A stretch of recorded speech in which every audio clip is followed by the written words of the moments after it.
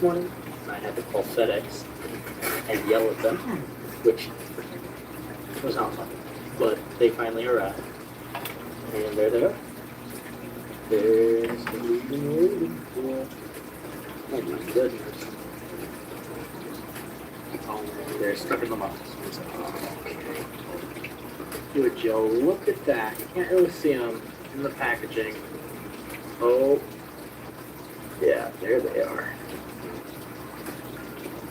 Look at that. The beauties. It don't look like they're doing too hot. I need to get them into their new tank. And we'll do that now. So, I lost the audio to this video, so right here we have a quarantine tank that we're going to set up. And eventually the Ranchu are going to be put into Biscuit's tank, right over here. Hopefully they'll get along with each other, but we'll see in good time. So now, oh, and we have the, I'm terrible at doing voiceovers. Either way, let's get this thing filled up.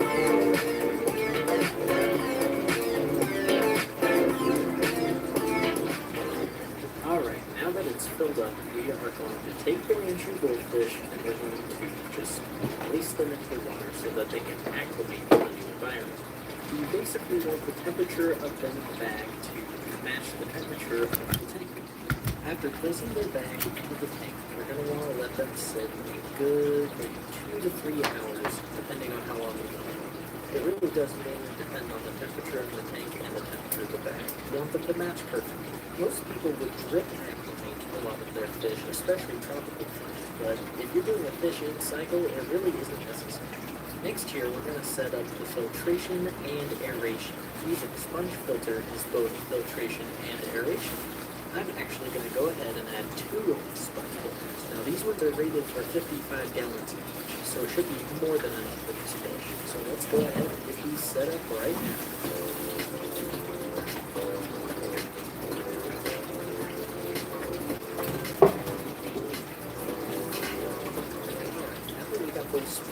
Set up, we're going to add a dose of Quick Start.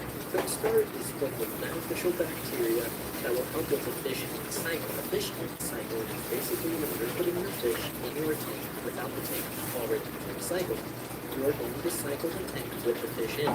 This requires daily water changes, so you've got to be careful when doing it. So it's super important to have all your water parameters checked on every single day. This tank is a 20-gallon long, so I'm going to do exact amount I should have for a 20-gallon long tank.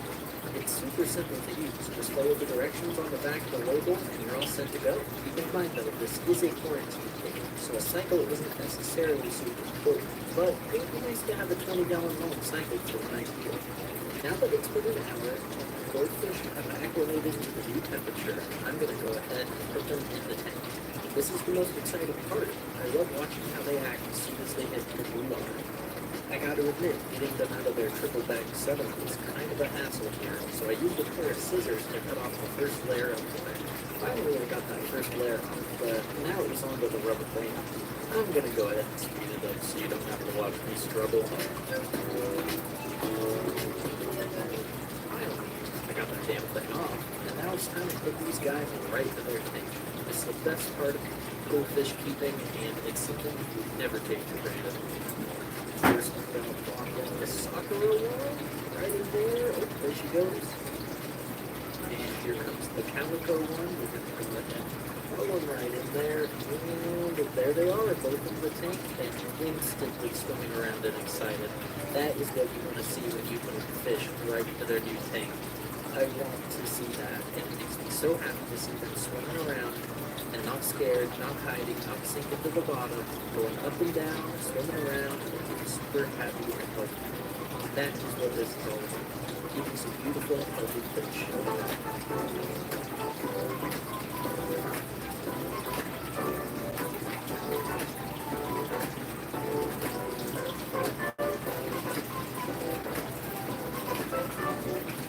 Alright, so we're not completely done. The next thing on our list is to add a methylene blue.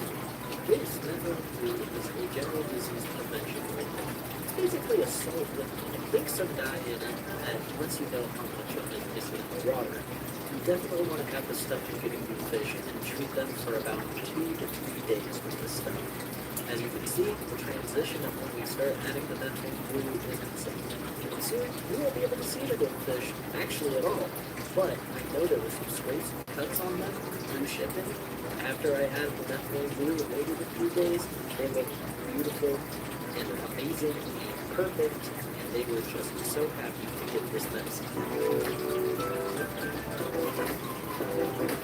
Now that we've got the medicine, they're going to get a water change every single day for the next 2 weeks.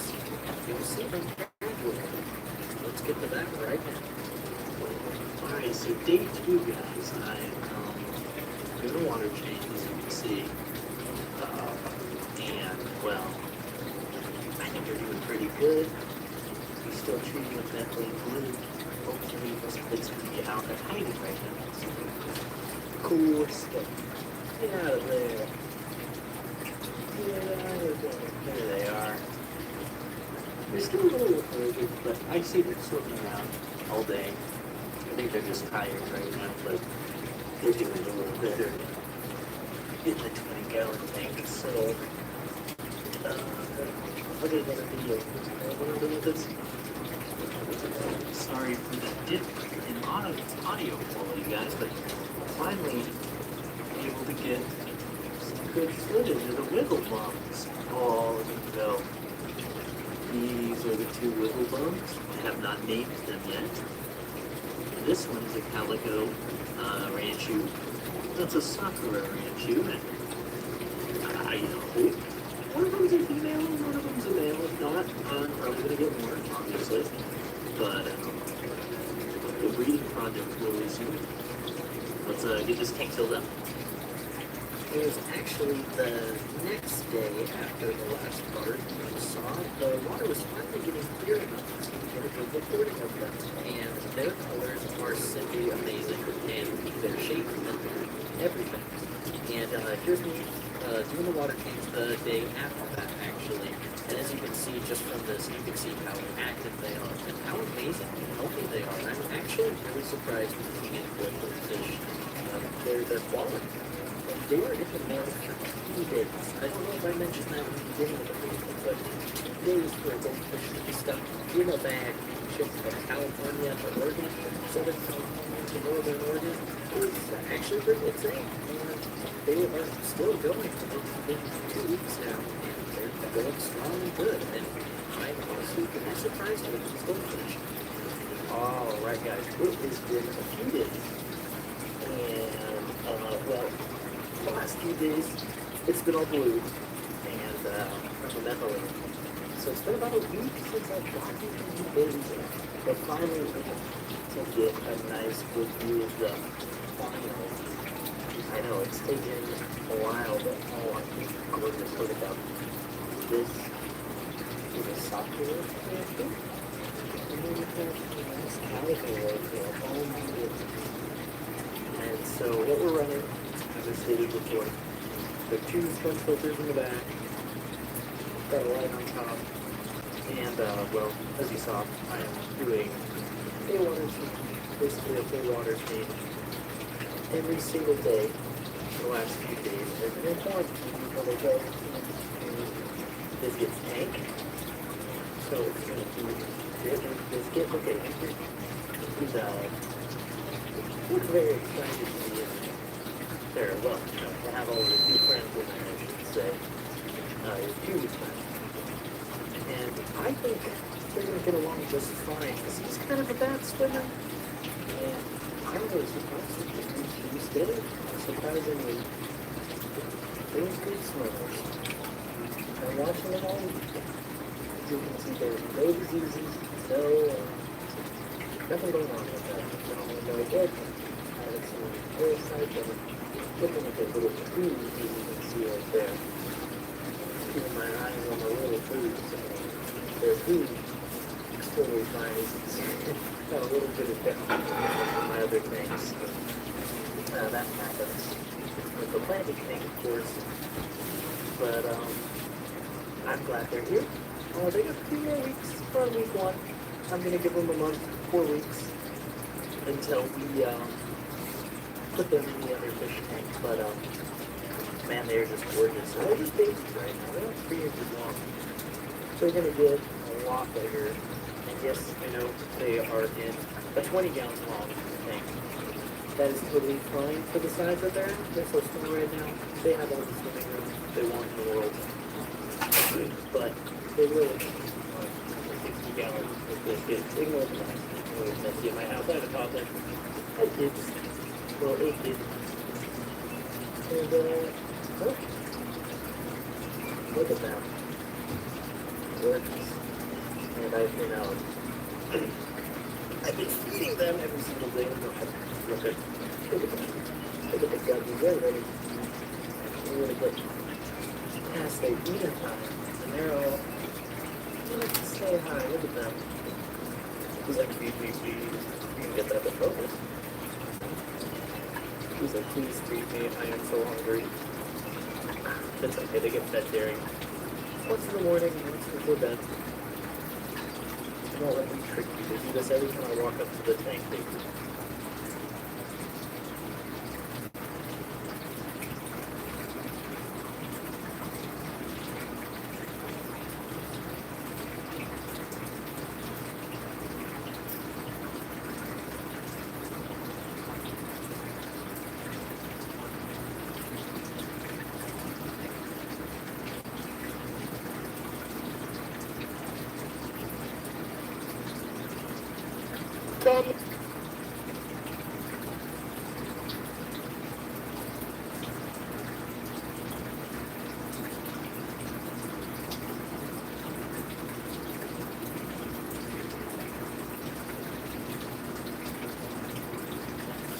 Hey y'all, it's Lindsay, and as you can see behind me, I have this fish tank that's here, and it's super empty. Recently, I lost a lot of fish. I had to go really back to the my fish tank. Lost a lot of fish. Really sad because those are my favorites, and this is kind of me. I realized what I did really well. I basically got a bunch of sand. Everyone tells people who have goldfish, you should get sand. That's what fish means. That's what, but actually, when you have layers of sand covered down there, they collect. It's a real big environment. It's basically just making it skin all the really bad bacteria. And personally, every time I've had sand on my intake, I lose a bit every time. So I've had goldfish for years. I've never had a bare bottom tank and I've absolutely no issues. So as soon as I lost my fish, I sent out the sand, got my tank back on, and now we're ready to stop up our tank again. So I'm here to show you all my quarantine setup. I'm going to set up. I ordered this little baby. Here's the picture. He's a little launchy. We haven't named him yet, but we got it from East Coast Launching. North Carolina, amazing fish. What's really cool about East Coast Launching, she's neighbor to me, Cynthia, and so the first one that called me on my Facebook page. She specializes in launching. My boyfriend, he loves launching. We haven't been friends since we went to die like a year ago. So we haven't had a fishy since, so we need to get another launching.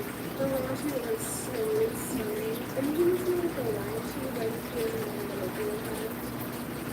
But he's super cute. He's a junior. I was only like 3 inches. And I want to make sure that this tank is properly set up. So here I'm going to show you what we have, and let's get started. We are in the process of setting this baby up. It's a cute little 30s, perfect for quarantine. I have he's in age water, which is super important. That means letting the water sit for over 24 to 48 hours. This basically gets rid of all these.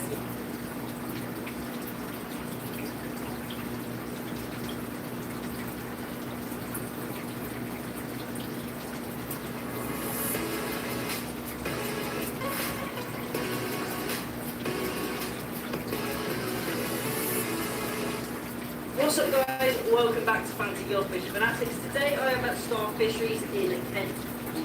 Okay, and in today's video we're going to be having a look at some really small, lovely quality, affordable branchu. We've got a big Japanese floating basket full of them. And in today's video, I'm going to be going through every single branchu in the basket. We're going to be selecting my personal favourite fish and probably the top 5 fish in the basket.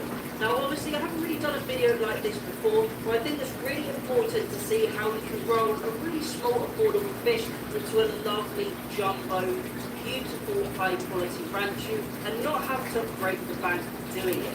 So in today's video, as I mentioned, we're going to be selecting our top 5 fish.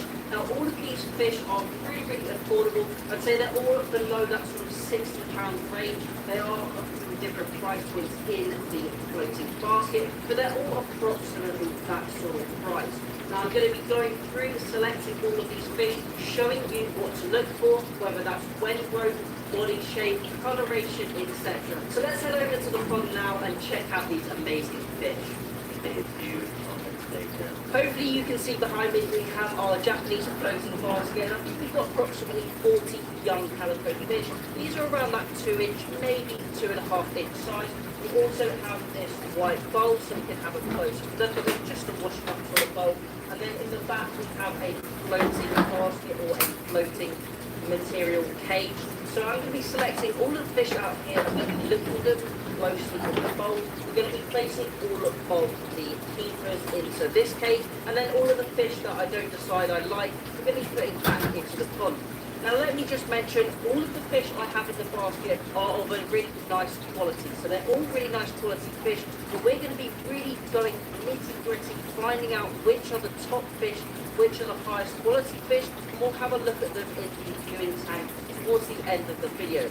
So let's start selecting, let's have a look at some of these fish and choose which fish I like and why. So as I mentioned earlier on in the video, all of these fish are absolutely lovely quality and we're picking them specifically on their cosmetics. So I'm not going to talk about every single fish because the video would really drag on, but we're going to have a close look at some certain individuals in the bowl and then we will select through them. So first of all, as you can hopefully see on the camera, we have this lovely sort of white fantastic fish. Now, ordinarily I would look at this fish and say this hasn't quite got the right angle of the tail. The tail isn't at that 45-degree angle. You'd like to see it a little bit higher, but it does have a nice little bit of wen growth and it's quite a nice body shape. So I'm going to place this one into the floating net before we go through them again and select. So as you can see on this fish, the body is a little bit more elongated. We don't quite have that round hump that we look for. And you can see the peduncle just here. We have a little sort of interjection, a little bump in the peduncle. So that fish unfortunately is not going to make the grade.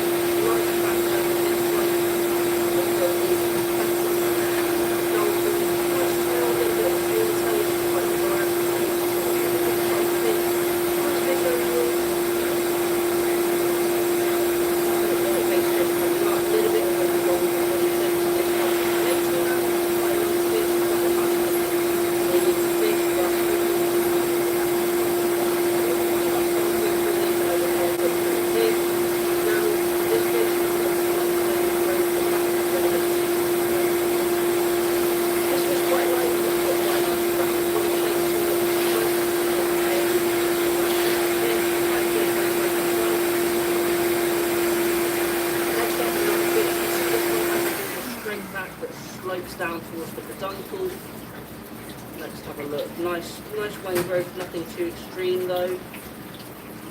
I'm not sure if it's quite got a split in the tail, but it does have double anal fins. Probably going to pass on that one. Another ranchu, another sort of white-based, nacreous-based ranchu. Not quite got the back curve that we're after. Next up we have a lovely calico fish. This is a really nice fish actually. It's got a really nice balance to the wen shape, really nice boxy wen. We also have those, look at them, just a washed up sort of bowl. And then in the back we have a floating basket or a floating material cage. So I'm going to be selecting all of the fish out here. I'm going to be looking them closely from the bowl. We're going to be placing all of the keepers into this cage, and then all of the fish that I don't decide I like, we're going to be putting back into the pond. Now let me just mention, all of the fish I have in the basket are of a really nice quality. So they're all really nice quality fish, but we're going to be really going nitty-gritty, finding out which are the top fish, which are the highest quality fish, and we'll have a look at them in the viewing tank towards the end of the video. So let's start selecting, let's have a look at some of these fish and choose which fish I like and why. So as I mentioned earlier on in the video, all of these fish are absolutely lovely quality, and we're picking them specifically on their cosmetics. So I'm not going to talk about every single fish because the video would really drag on, but we're going to have a close look at some certain individuals in the bowl, and then we will select through them. So first of all, as you can hopefully see on the camera, we have this lovely sort of white-faced calico fish. Now, ordinarily I would look at this fish and say this hasn't quite got the right angle of the tail. The tail isn't at that 45-degree angle. We'd like to see it a little bit higher, but it does have a nice little bit of wen growth and it has quite a nice body shape. So I'm going to place this one into the floating net before we go through them again and select. So as you can see on this fish, the body is a little bit more elongated. We don't quite have that round hump that we look for. And you can see the peduncle just here. We have a little sort of interjection, a little bump in the peduncle. So that fish unfortunately is not going to make the grade. Next up we have another sort of white-based water ink star ranchu with lovely bit of wen growth. The tail is a little bit more of a 45-degree angle. A nice body shape and smooth back. Another sort of Kirin ranchu, not too much prominent wen growth, a little bit of a straighter body. We have more of a hump in this ranchu. As can you see, we have more of that hump towards the back of the peduncle, not quite as smooth as I'd like to see. Nice tail though, and a nice bit of wen growth, but that fish is going to... Another ranchu, body a little bit too long for what we're looking for. This ranchu here, a little bit more of a nicer body, nice wen growth on this fish as well, even colour as well, good skin quality, overall quite a nice fish. This fish overall looks pretty nice, but obviously you can see we have a slight imperfection in the hump at the back of the fish. Obviously a lot of these fish are still nice fish and great for aquariums, but we're really trying to be as nitpicky as possible. We also want to see that we have a nice split in the tail as well on a high quality fish. This overall has a pretty nice body shape, nice colour as well, nice balance of colours. Next up, more of a white-based fish. Nothing too crazy. Nice fish, but not the exact hump in the back.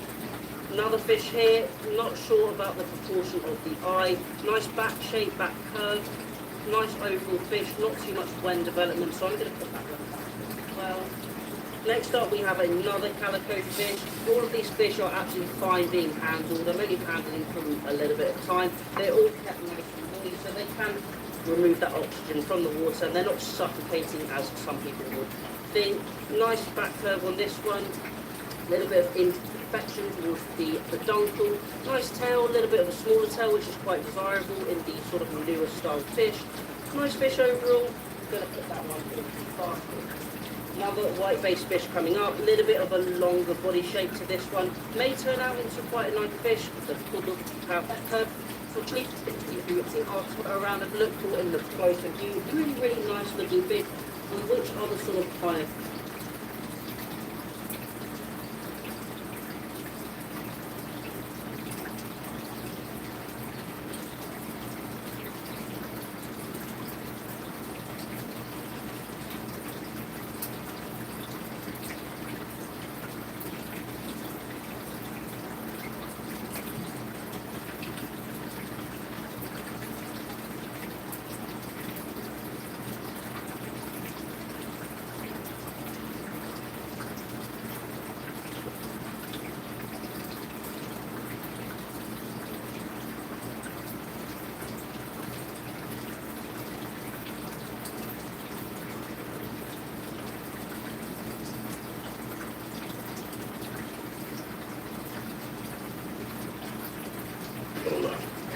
Faye doesn't understand it.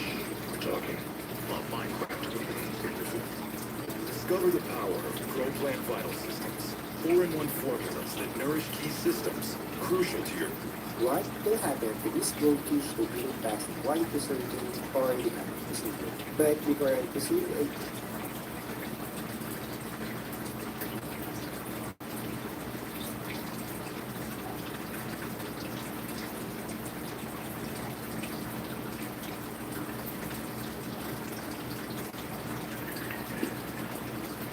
What's up, guys? It's April 15th. Time for a little ranch shoe update. I'm going to put these guys in the tank because I can already see that these guys' spines are not good. These are going to be top view ranch shoes. Not all of them, but a lot of them. So I'll check them out right now. Some of these guys are pretty nice. They could be side view. Look at that one. That one looks pretty good. Yeah, that guy's nice. Still got a little weird back. Nah, that one's pretty cool. Alright, well, we just gotta figure it out. Just gotta maybe start calling these guys. I don't know, top view is top view, so it's all good. We'll see how it goes. Alright. See, some of these guys got little lumps on their back, or they're misformed, or they almost have like a, like it wants to be a fin from wherever they were bred from. It just happened. Yeah, we'll go through it later. Still got some good ones in there. I'm getting ready to go through these little ranchu. I'm gonna put them up here because some of these guys look terrible from the side, and I don't want to groom them. I don't want them to eat some good food if their backs are not what I'm looking for. So I'll be happy if we get 5 good ones out of this. Alright, here we go, guys.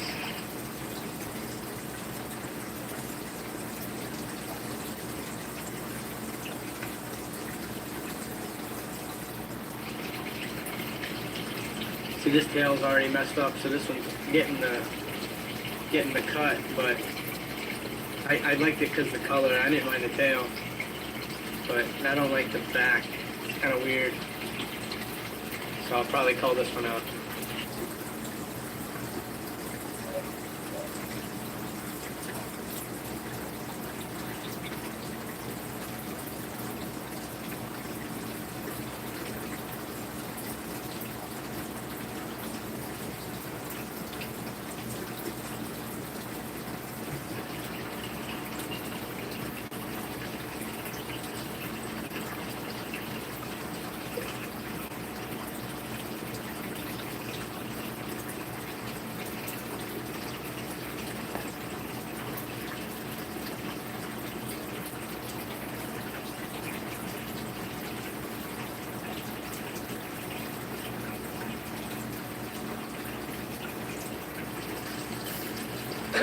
Alright, so these are all the ones that came out. These are all a little bit weird, a little bit deformed, but that's a lot of less mouths I have to feed.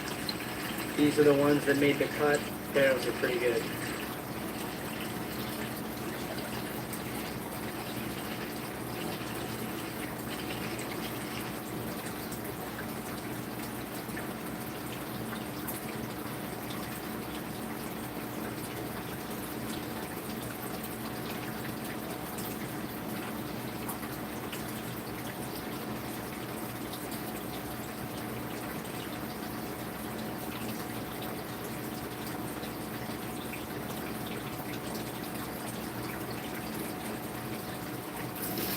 Zoop's tasty, tender dog treats can turn every outing into an adventure. From heart. Oh, you're quite an ugly rancher. I might give you away for free. You're very ugly. He has no white growth. He has a bad back, and his mouth is crooked. He's like the whole trinity of bad quality fish.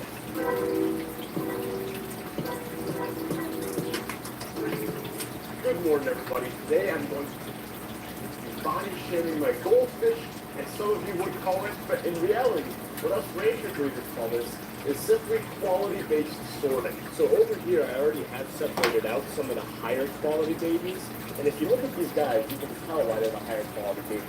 They are super chunk. They got the big body, they got the big head growth, the wen, and the back surface is pretty good, mostly smooth. This is another example of a higher quality, prettier rancher goldfish.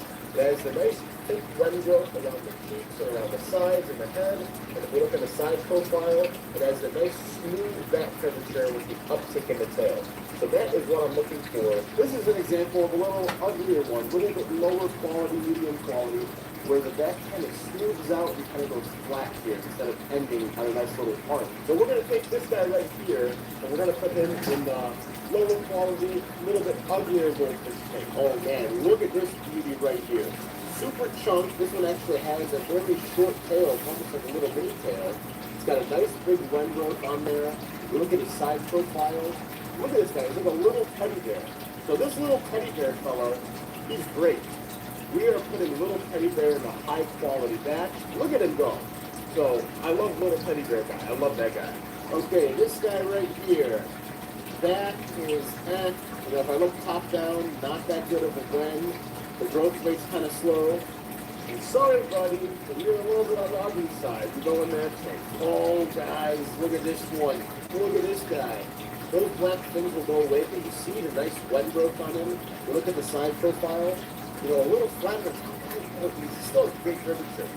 This guy is great blend growth, great curvature, great body shape. He is definitely a higher quality range that we're keeping in. All right, what about this guy right here? So he's got some pretty good blend growth, but if we look on the side, I don't like that hump that much, but you know, he's still pretty good. He's decent. He's not as good as the other ones, but, you know, I'll just barely have him pass. All right, what about this guy? We can look at him. He's got kind of a skinny, slim body. A little bit of blend growth, but not that much. Yeah, the back is pretty good. The back is really good actually, but he's too slim for me. He's too slim, so I'm sorry, buddy, but you're going in there. Okay, guys, look at this fella. I know he's really small, and his blend growth is not that big, but he has a good arch, and something about him is just so cute. I want to keep him. I want to keep him for further raising. Something about him, I love him. All right, buddy, time for these judges. Let's get a look at you. Oh, you're quite an ugly rancher. I might give you away for free. You're very ugly. I'm sorry, man. All right, so let's take a look at this fella right here. So I do kind of like that arch. I like that curvature.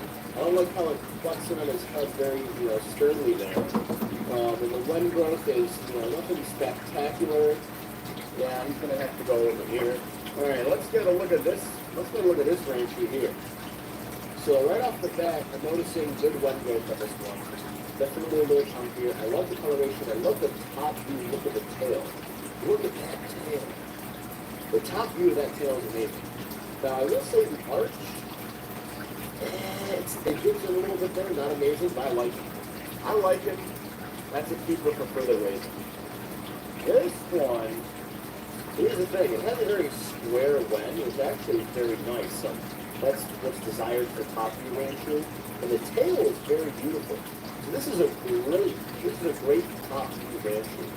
How does it go on the side? It's also a great side view rancher. I know you guys like the coloration. The coloration will change. This one is actually very good.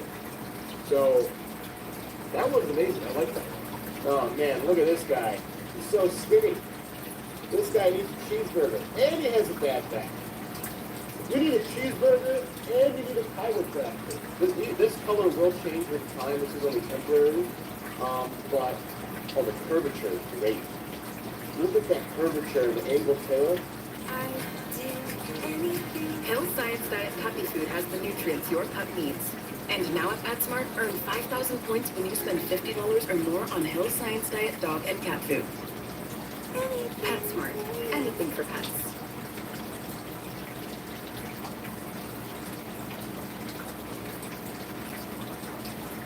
One of these people uses the new Colgate Total Active Prevention System. It's 15 times more effective at fighting the root cause of many oral health problems.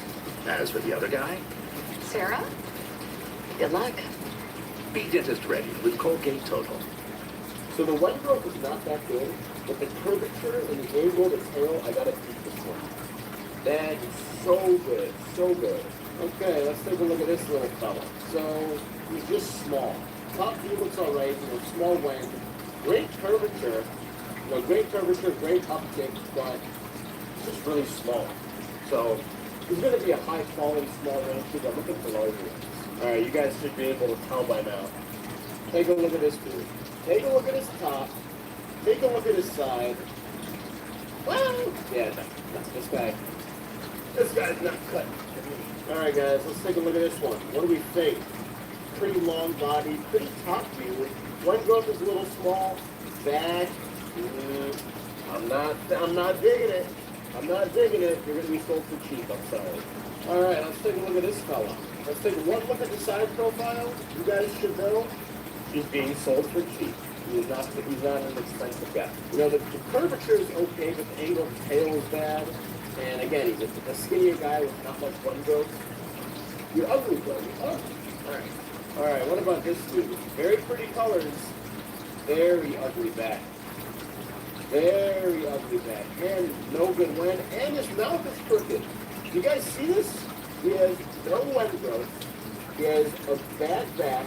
And his mouth is crooked. He's like the holy trinity of bad quality fish. Probably the worst quality rancher I own right now. Okay, let's take a look at some more of these guys. Oh, wow. Guys. I really hope the side profile of this guy's pretty because I like it. I love that side profile. Good curvature, good body. Look at this nugget. Look at this nugget. Oh, man. I'm really excited to see this nugget grow. I am really excited to see that nugget grow. That is a nice one. All right, let's take a look at this little fella. Let's take a look at this fella. What do you guys think? You know, solid wind growth, he's a good top view rancher. You know what? He's a decent side view rancher too. I kind of like it. All right, we're going to keep you, buddy. All right, let's take a look at this fella right here. So right off the bat, beautiful from the top view. Great wind growth from the sides. Good body. Let's take a look at the side. I don't like the back curvature.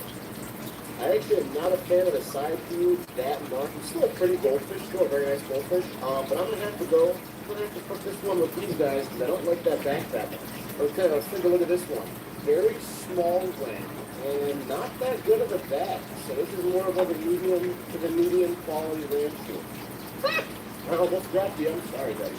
Okay, let's take a look at this guy right here. Great blend. You look at the side profile. Pretty good back. Great lens, standard, pretty good rancher. He's good, I like it. You guys see it? They're all starting to hide from me. They're all hiding from me because they don't want to be judged on their looks. Sorry guys, come here. Where you going, buddy? Come on, judge with me. Alright, let's see. Skinny body. Not that good of a back. Yeah, I'm sorry, buddy. I'm sorry. Time to join your low quality friends. Alright, the wind growth on this guy looks pretty good. Looks like he has some great wind growth. Not a great top view tail, but let's look at the side view. Ooh, I like the side view. The tail's set a little bit high. There's a little bit of a point when it hits the head. But as his wind grows, that'll probably fade out. Yeah, I like this guy. I am a fan. I'm a fan of you. These dark ones are always hard to find. Let's see. Very thin body, very thin tail from the top view. You know what? Like his curvature looks great on a side view. His curvature, hey, don't run away. His curvature doesn't pretty good except for that point, but you know what? His wind growth is very little. We're still gonna put him in here. All right, yeah, this one kind of looks like Betty White. Betty White's actually another thing. But if we look closely at this one, you'll notice there's a big hump right where the back meets the head, and this is kind of a severe hump right there. This is not honestly a high quality with raising to a larger size. So I'm going to be selling that one for cheaper. Okay, this one, great wind growth, a little chunker body. Look at the side profile. The face is super cute. The back's not amazing. Yeah, the back is all right. Okay, the tail's not amazing. The tail's set kind of high, but just love to look at this guy. I really do like to look at this guy. Okay, this guy looks promising. From the top. Great blend, long body, short tail. I kind of like the look of him. I wish that the tail point was a little bit shorter, stuck into the body, but that's okay. The side view's not so hot. So unfortunately he's going to be going He's like more of a medium quality. He's like an upper medium quality, but not quite good enough to join those guys. Okay, this little fella here.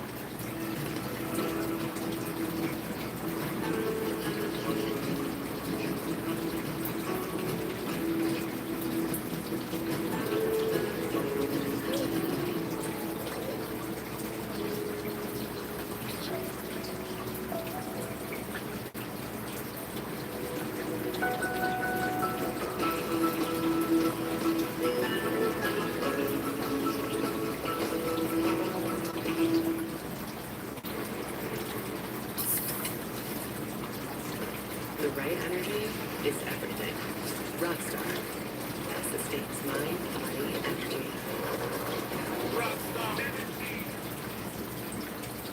Growth rate sucks. Weather growth pretty good. Take a look at the side. Hey, that's very ugly on the tail. Look at the tail so flat. The tail is so flat on the back. Oh, you had great potential, buddy. You had great potential. But sorry, you're not as pretty as your sibling. Okay, we got this little dude right here. I love the colors. Okay, the back curvature is okay. The red growth sucks. The total growth rate sucks. But the curvature is pretty good. I love the colors. You made it. Look at this guy. It's so hard to spot sometimes. Come here, buddy. Come here. Let's get a look at you. Okay. You know, it's a little on the slimmer side, a slimmer long body one, but you take a look at that side profile, I like that curvature, just the point where it hits the head. But you know what? I'm going with my gut, I'm raising him larger. I feel like he could become something good. Alright, this guy, pretty colors, thin tail from the top view, look at the size, temperature's alright, a little bit of a point where it hits the head. But just like the other one, I feel like I could grow this one out to be a pretty goldfish. So, let's keep it here. Look at this chunker right here. So, pretty decent back, good uptick in the tail, good wind growth. I like him. I like it. Decent curvature, good wind growth. I don't know. I feel like that one could become a good one. I think we all know the answer to this one. Do I even have to say it? Do I even have to say it? It's a little flat in the back. There's no wind growth. Very, very little wind growth. Yeah, I'm sorry, buddy. This guy, hiding from. Okay, take a look. Not much of a curve in the back. Yeah, no. Alright, so you can see the coloration is great. The view of the tail from the top view is very good. We take a look at the side view. Pretty good curvature. You know, the only thing relaxing is wind growth.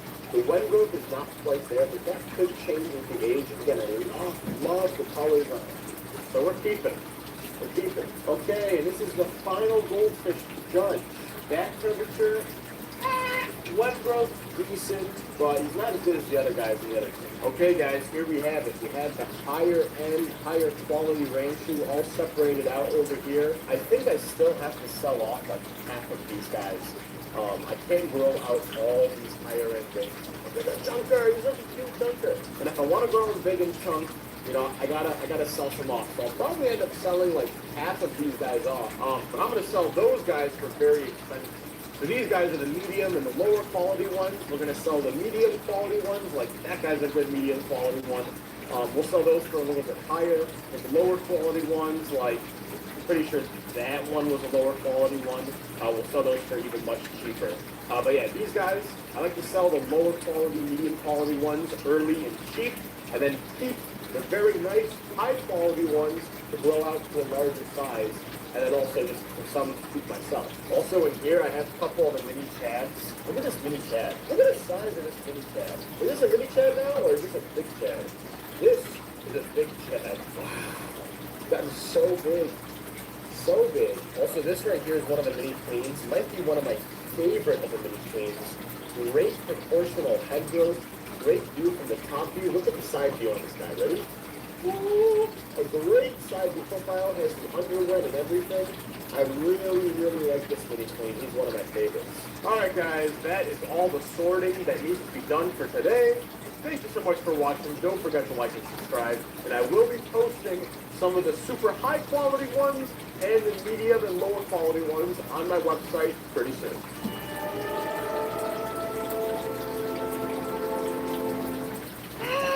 If you suffer from glitter back, try Tiny Cat's Lightweight. We've got your back.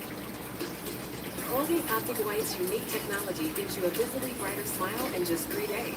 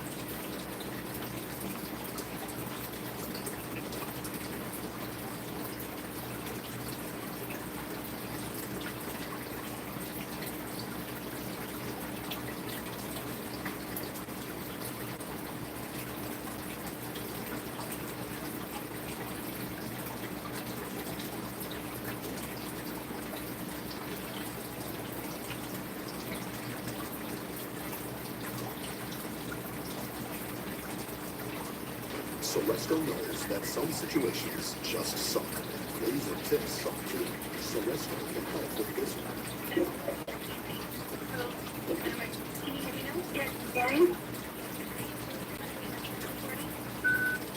Oh, you're white in the...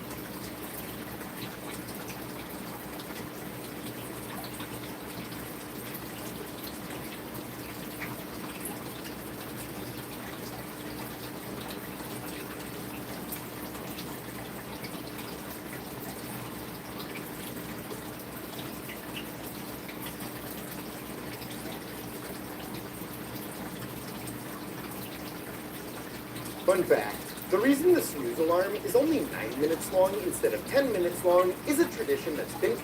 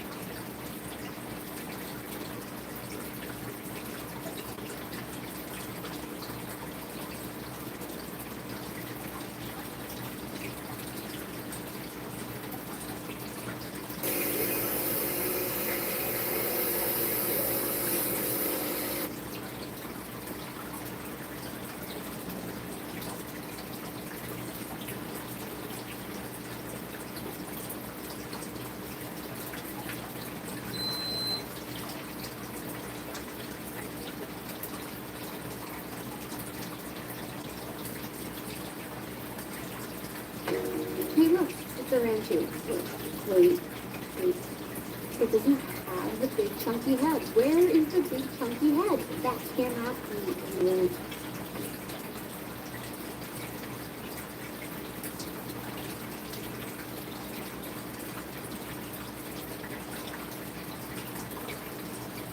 I just got home from vacation, and what greeted me was a bad news. I lost the rancher I'm about to sell. April Fools, guys. They are all just fine. While fishing, a man...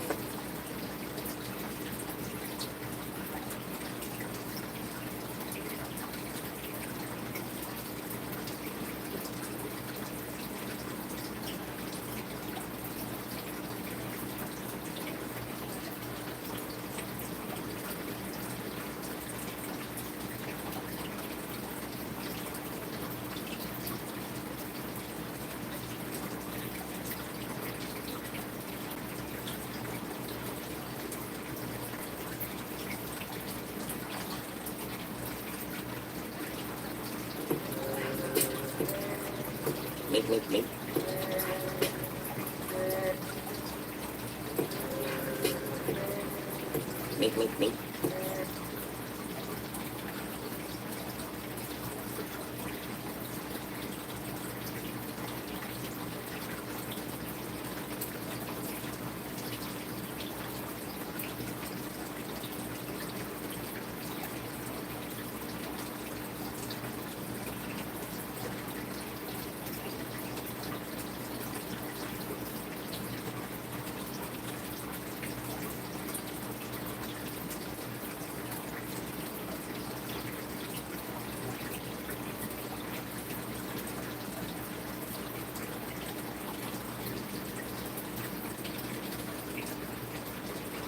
Bad news, guys. So one of the 3 jumbo imports did not make it. And, this really sucks because out of this entire import, these 3 jumbo ranchers were my favorite. They're the ones I was most excited about. But it seems like the whole stress of traveling and the sickness on top of it was just too much for this guy to bear. And it seems like his gills got really messed up. I'm not sure if that was Rare photo.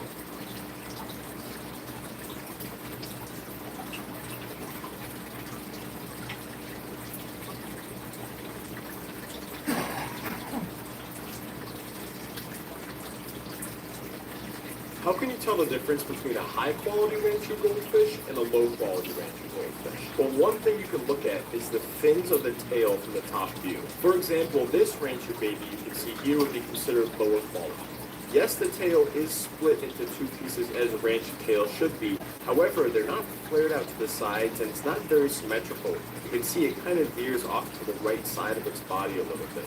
So this would be considered a lower quality fish. Now this rancher baby would be considered higher quality. If you look closely at its tail, you can see it looks pretty symmetrical.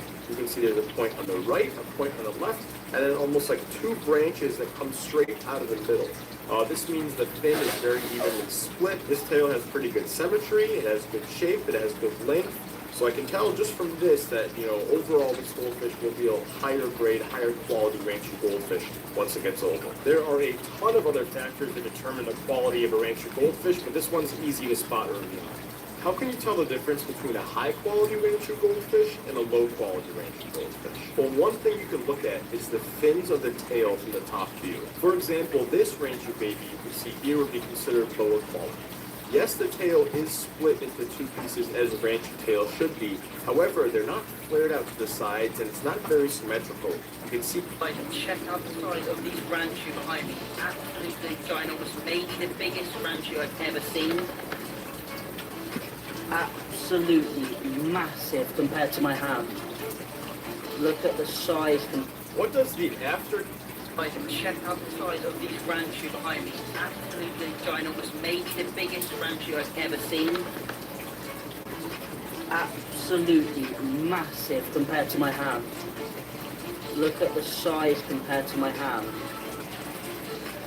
Absolutely huge.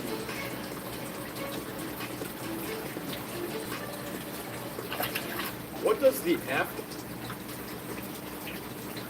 the aftercare of a when trimming procedure look like? As in, what do I do to care for the fish after the procedure? Well, directly after the procedure, I do have to wait the fish up because I do put them into a mild trance with cold oil so they don't thrash around during the procedure. And I just basically have a bucket with clean, fresh water in it. And I do also add... Hope you're comfortable, brother. Let's give it over. Excuse me. Why did China suddenly release everyone else?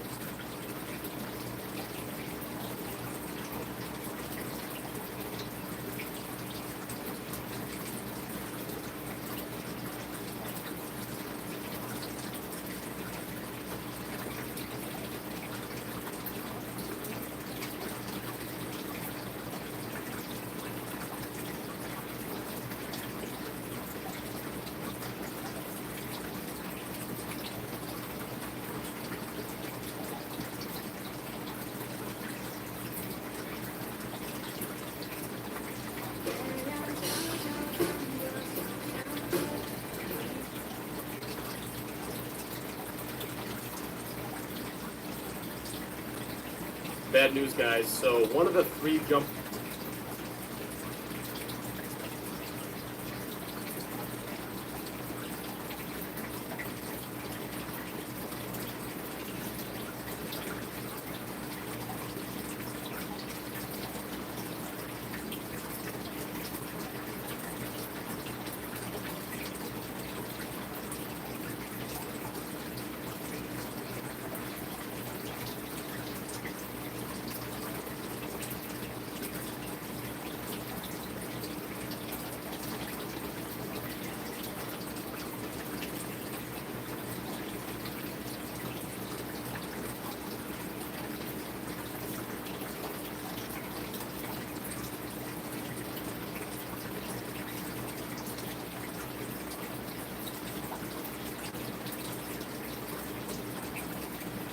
When Giga Chad nestles his chunky face into my hand, it feels like I'm holding a wet gummy bear under the water. So how do you grow the cheeks bigger on your banshee goldfish? How do you grow the wen? Well, overall, the wen is mostly genetic. So if your goldfish does not have good wen genetics, it's really not going to grow good wen.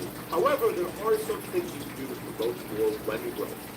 One of the things that I've noticed is that I've noticed the wen tends to grow a little more when the temperature of the water is actually colder. Now, I can't find any sources that back this claim. This is purely anecdotal, but I've noticed a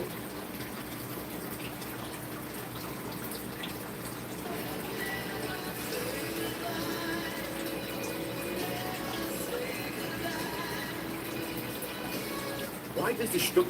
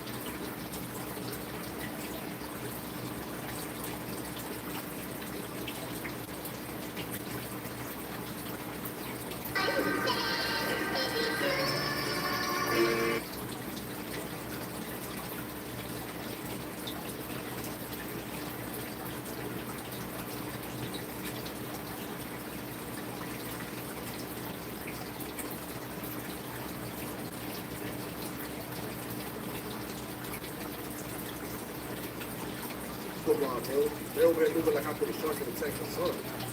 For 24 hours. Why you?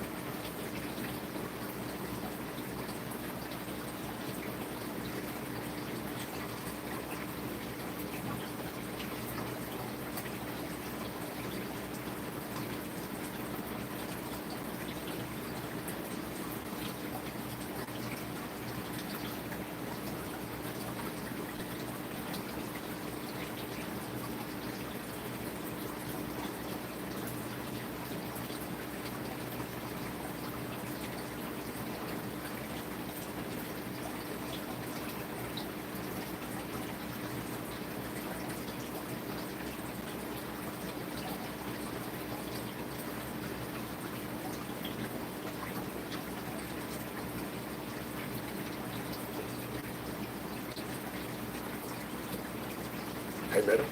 I think I'll read wizard. Just a quick plug for goldfish before we get into this. They have a reputation for being short-lived and dying easily. I really feel like they don't deserve this, and I will explain why later on in the video.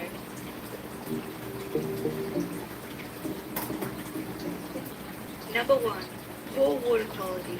Without a doubt, the number one goldfish killer is poor water quality. So you see, goldfish need their water parameters to be within a certain range, which can vary from goldfish type to goldfish type. This is why it is important to always look up the proper parameters for any of your fish. It's part of your duty as the carer of the fish to ensure that these parameters are kept. When you first add fish, the water is usually just fine, but once you start feeding and the fish starts producing waste, ammonia starts building up. In an established aquarium with a cycle filter, bacteria keeps the ammonia levels from rising. But in a new tank, there's nothing to stop it. And in older tanks, a lack of filter and going too long between water changes can cause surges too. Ammonia is super toxic. It burns the fish, often causing black smudges, damages gills, and causes the fins to look streaked with blood, and many more. The fish dies slowly or suddenly, depending on how strong it is. What's the worst part? You can't see it or smell it. The only way to know for sure if your water has ammonia in it is to test it. Now, ammonia isn't the only goldfish killer. Nitrate or pH crash are other water quality problems that can do your fish very quickly too. To avoid problems with toxic water within the first several weeks of getting your new fish, cycling your tank is a very good idea. Click the card up above to see how to cycle a tank. Number 2. Overfeeding. Overfeeding can cause poor water quality.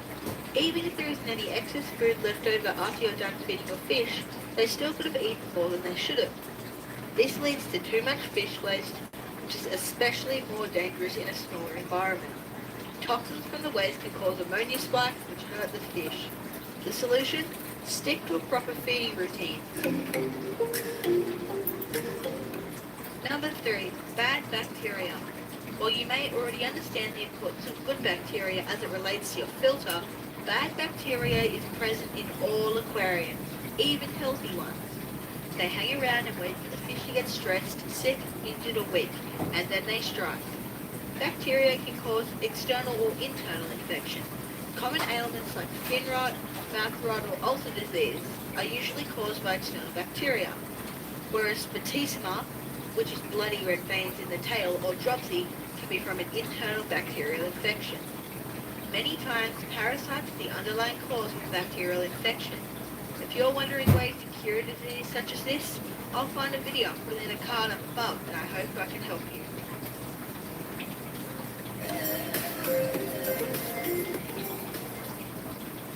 Number 4. Sick pet store fish.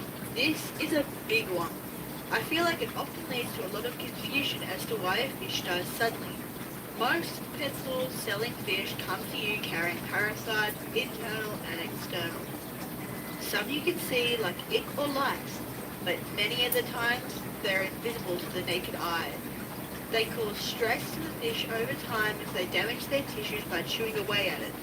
Many times the fish can take it without too much of a problem, but after several months go by, parasites have multiplied and the fish is too weak to keep resisting. The good news, even if your fish comes to you with bugs, which most do, you can treat them right away and get rid of them before they become a problem, using quarantine. But if your fish goes untreated, it's usually only a matter of time before it succumbs. I have a hospital tank. It's just a 15 gallon that I keep. I put my fish in it when they're sick or pregnant, but obviously some people don't want to go out and buy a second tank dedicated to rarely having fish in it. A solution that I like to tell people to do is to buy a plastic container or tub. They're very cheap. You can grab an extra filter and a heater from a shop, or if you have one lying around, and set them up and treat your fish. Number 5. Bad keepers. Goldfish are most likely one of the most abused fish in the hobby, as they are so cheap and often seen as throwaway fish. People don't really appreciate their true beauty. In Australia, you can buy them for $3 and you can win them at fairs and carnivals. Most people just put them in a bowl or a jar and leave them in the bag. They need a filter and possibly a heater, depending on where you live in the climate. They also need a tank at least 15 gallons or a 55 litre. Not providing these things for your goldfish can make them more stressed. And as we discussed before, stress makes them more susceptible for bad bacteria to strike and for your fish to die to disease and parasites. In summary, goldfish are commonly abused fish that need everything every other fish does. They're no different. If you found this video helpful, remember to subscribe and like and share, as it really helps out my channel, and it's free. I'm trying to hit 100 subscribers by 2023. Please assist me in this journey. The comment of the video goes out to... Leave a comment down below for a chance for a shout out next video. See you later. Stay safe. Bye. It was just another day on the court, till he showed up.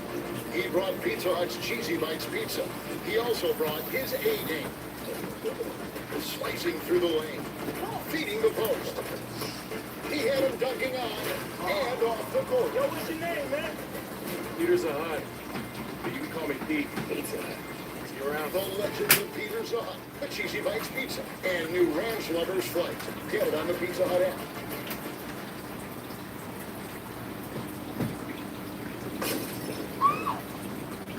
Here you go, miss. Now what? On order carparts.com. Check this out. They have over 1 million quality parts Got a guaranteed fit at incredible prices? and hassle-free returns. I guess you didn't need my help after all. No, I just need carparts.com. Available at your fingertips 24/7. Now that's my speed.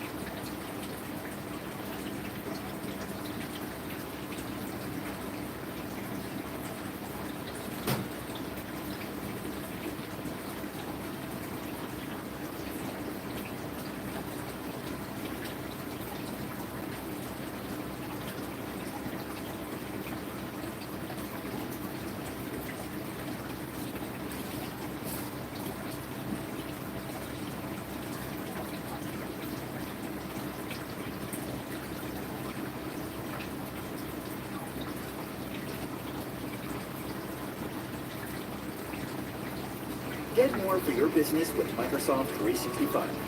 Stay connected with customers and securely share files with anyone. The 1990s were filled with sleeper cars, those unassuming rides that packed serious power from fast sedans to flight hatchbacks. These cars hit their true potential, leaving many drivers shocked when they hit the gas. Number 8, 1990, Ford Taurus SHO. The 1999 Ford Taurus SHO isn't just another car you find cruising down the street. It's one of the rarest sedans Ford ever made, with only 3,300 units produced. Well, what makes this car so... Well, let's break it down. When Ford dropped this model, the SHO had already built a reputation, and the third generation, from 1996 to 1999, really stood out. Unlike the earlier boxy and traditional models, the 1999 Taurus SHO introduced a smoother, more rounded body design. It wasn't exactly the prettiest thing on the road, but that was part of its charm. It was unassuming, making it the perfect sleeper car. The average person might not have even realized it was something different from the regular Taurus, unless they got closer. Well, those features were subtle, but they made a difference. Alloy wheels, sportier seats, and unique bumpers weren't the only surprises. Ford added a wind deflector on the driver's side windshield wiper to keep it in place at high speeds, which was a nice touch for a car with some real power underneath it. Now let's talk about that power, because this SHO stands out. Unlike the other Taurus, this one came with a V8 engine. Yep, a V8. This was the only generation of the Taurus SHO that had a 235 horsepower V8 built with help to made sure the Taurus wasn't just a looker, it could move when needed. But here's where it gets interesting. While the engine was strong, it had its quirks. After about 50,000 miles, some owners started having problems with the engine, particularly the camshaft and sprocket. When this happened, the engine could fail, which is not what you want when you paid for a car like this. It was a small percentage of cars, only about 1,200 out of 20,000. So not everyone experienced it, but it's something to keep in mind if you ever think about picking up a used one. In terms of rarity, this SHO was already outshone by its history. Sales dropped compared to earlier models, with a peak of 9,000 units in 1997, which led to the discontinuation of the SHO after 1999. Ford had other things, focusing on luxury brands like Lincoln and Jaguar, and the SHO didn't fit their new direction. Ford Taurus SHO might not have been the most popular or reliable, but it's one of the rarest. Its V8 engine and unique features make it a forgotten gem of the 90s. Number 7, 1992, GMC Typhoon. The 1992 GMC Typhoon is one of the rarest SUVs you've probably never heard of. Only 2,200 were made, making it a real hidden marvel. The Typhoon wasn't just another SUV, a fast, powerful machine disguised as a regular car. Imagine a two-door SUV that could keep up with Ferrari. Sounds unreal, right? But it was real.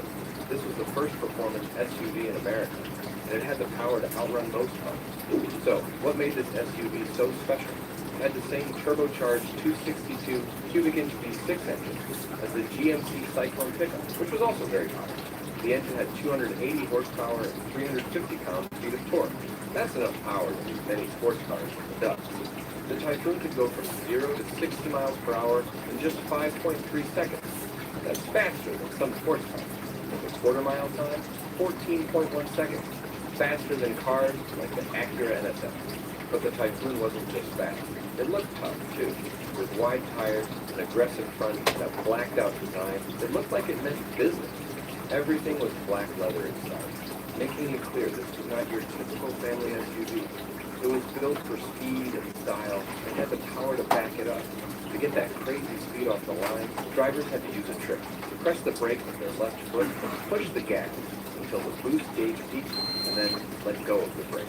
Despite all its power and style, the Typhoon remains a mystery to most people. Why?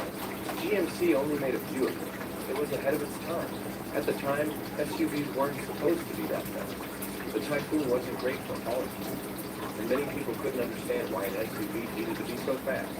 But for those who drove it, the Typhoon was a game changer. It didn't just break the rules, it created a new standard for what an SUV could do. If you like this, make sure to like and subscribe for more. Number 6, 1995 Ford F-150S. VT like this. The first...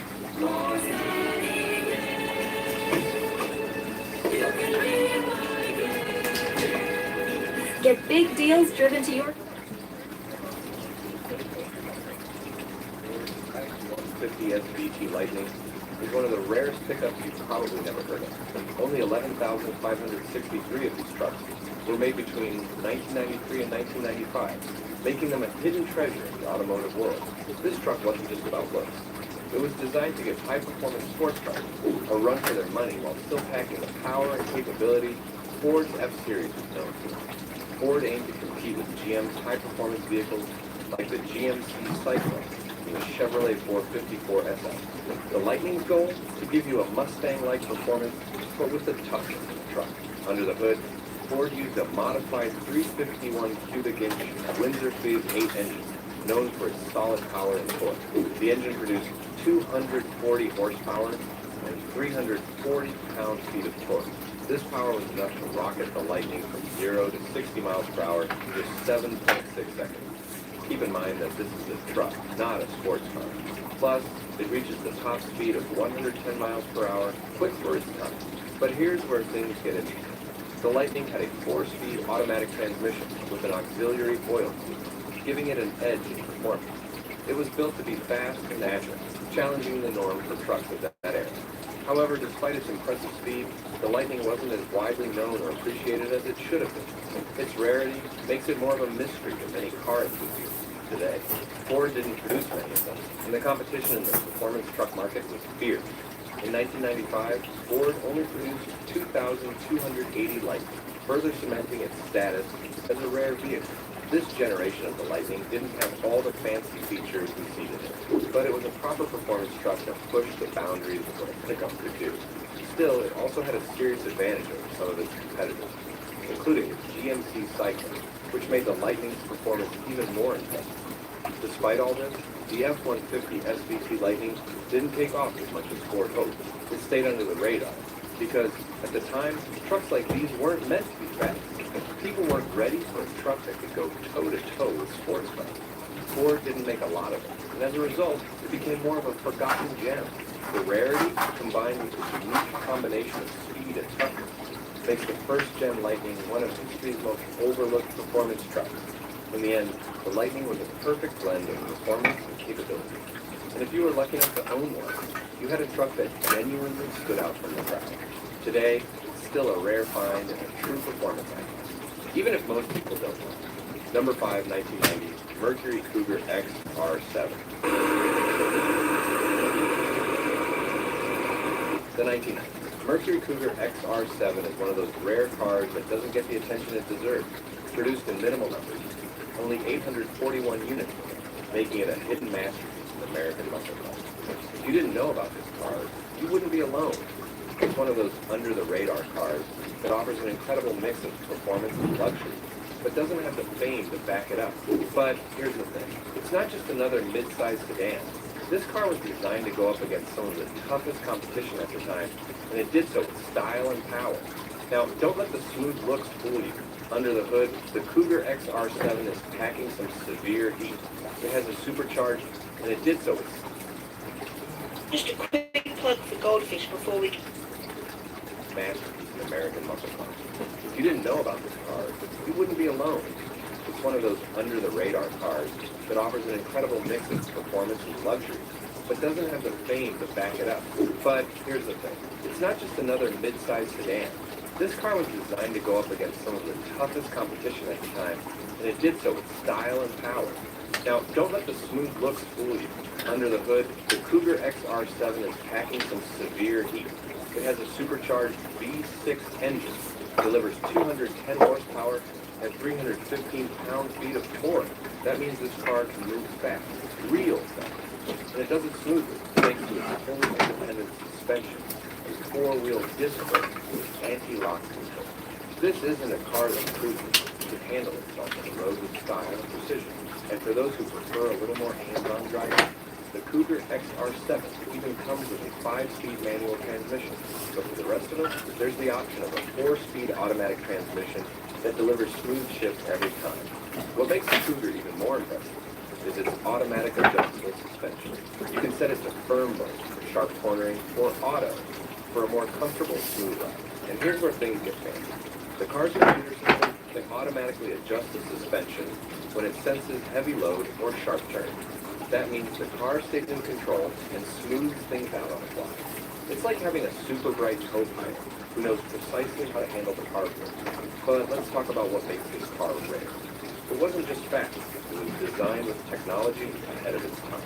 The supercharged engine works with an intercooler that keeps things cool and efficient, giving you the power you need without the engine getting too hot.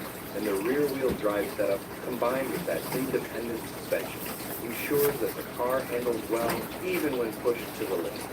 Like this one, you won't find many sedans from this era that blend comfort, speed, and handling. Despite all this, the Cougar XR7 flew under the radar. people weren't ready for a luxury performance sedan like this, and only a few thousand made it into the hands of buyers. Even though it had everything going for it, power, handling, comfort, it didn't get the recognition it deserves. But suppose you're lucky enough to find one today. In that case, you've stumbled upon an outstanding marvel, a rare piece of automotive history that combines performance and luxury in a way still impressive by its modern standards. Number 4, 1995 Ford Thunderbird SC. The 1995 Ford Thunderbird SC is one of those rare cars that doesn't get nearly enough love. Only 574 of these unique cars were made, which makes them as hard to find as a needle in a haystack. But here's the thing, this car was a true sleeper, sneaking in some serious performance under that smooth, stylish exterior. You'd think it was just another cruiser if you weren't paying attention, but once you hit the gas, you'd realize you were wrong. Under the hood, the Thunderbird SC was packing a supercharged V6 engine.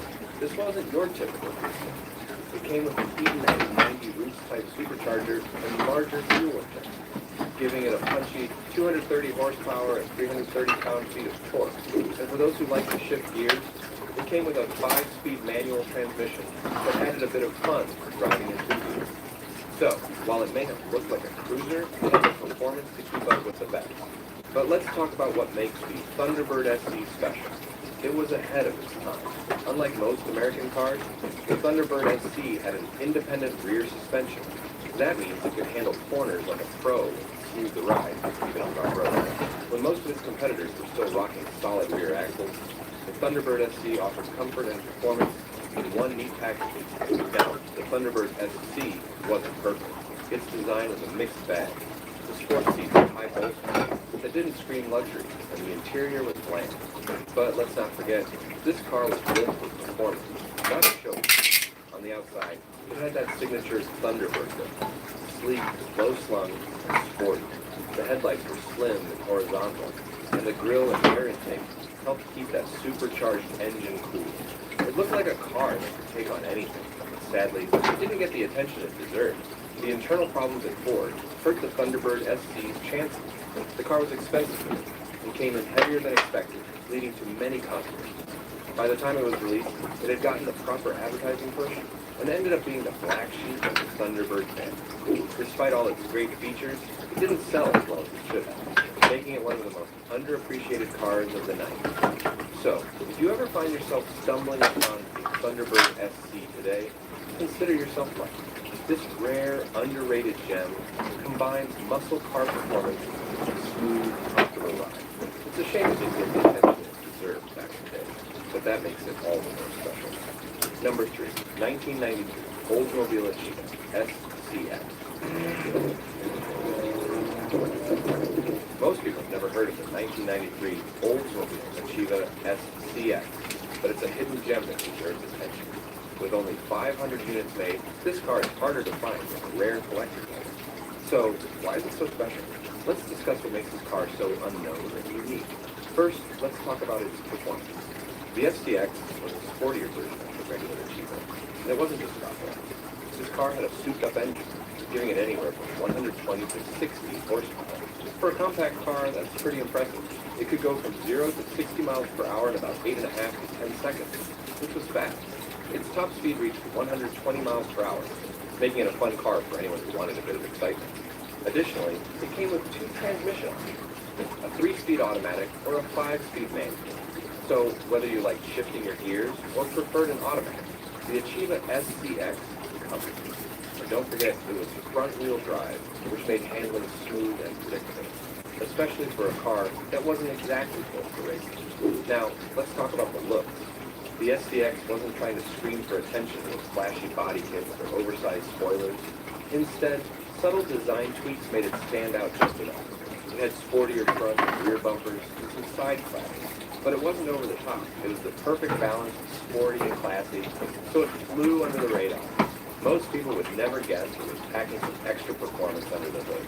Beyond this, the interior was pretty straightforward but comfortable. It came with a choice of durable fabrics or leather upholstery. You could even get an optional sunroof. The cabin wasn't as flashy as some other cars on the market, but it was practical and designed to keep you comfortable on long drives. What made the Achieva STX even rarer was that it was one of the few compact cars at the time to offer ABS brakes as an option across all its trims. This car had features ahead of its time, but sadly, not enough people knew about it. Ultimately, the 1993 Oldsmobile Achieva STX may not be a household name, but it's a car that deserves recognition. Its combination of performance, unique design, and limited production makes it a rare find that has quietly earned its place in automotive history. Number 2, 1992, Dodge Spirit RT. The 1992 Dodge Spirit RT is one of those cars you probably don't hear much about, but it's one of the coolest sleeper cars you've never seen. When you first look at it, you might think it's just another boxy, plain sedan, nothing special. But once you pop the hood, everything changes. This car hides some serious power and engineering inside, making it a rare find and a forgotten performance feature. The Spirit RT wasn't your typical family sedan. Underneath its dull exterior, it packed a punch, the Turbo 3 engine, a highly tuned version of Dodge's 135 cubic inch four-cylinder. This engine had many high-tech features, including twin balance shafts, double overhead cams, and a turbocharger. Also, it produced an impressive 224 horsepower, which was seriously strong for a four-cylinder in the early 90s. To put that into perspective, this car could go from 0 to 60 miles per hour in just 5.8 seconds, faster than a BMW M5 or a Nissan 300ZX Turbo. And this wasn't a lightweight sports car. It weighed over 3,000 pounds. Still hit speeds of 142 miles per hour. That's some serious performance hidden in a vehicle that didn't look like it could do much. Now, here's where the rarity is. Only about 1,400 of these cars were ever made. Chances are, fewer than that are still around today. So, if you find one, you're holding onto a piece of automotive history. Despite its performance, the Spirit RT never became a big name. People overlooked it because of its dull, boxy design. It was like a wolf in sheep's clothing. Quiet, unassuming, but deadly regarding speed. And here's the twist. While the American market only got the Spirit RT in basic colors like red, white, and silver, the Mexican market had a much cooler feature. The cars there had more options, like leather seats, a sunroof, and even bigger wheels. They could also be ordered in various colors, not just a few options offered in the U.S. In Mexico, these cars were sold under the Chrysler name, not Dodge, adding another layer of uniqueness. Despite its impressive specs and low production numbers, the Spirit RT never became the sought-after classic it deserves to be. It's still one of those forgotten gems that flew under the radar. But for those who know about it, the 1992 Dodge Spirit RT is a true American performance legend hiding in plain sight. Number 1, 1994 and 1996, Chevrolet Impala SS.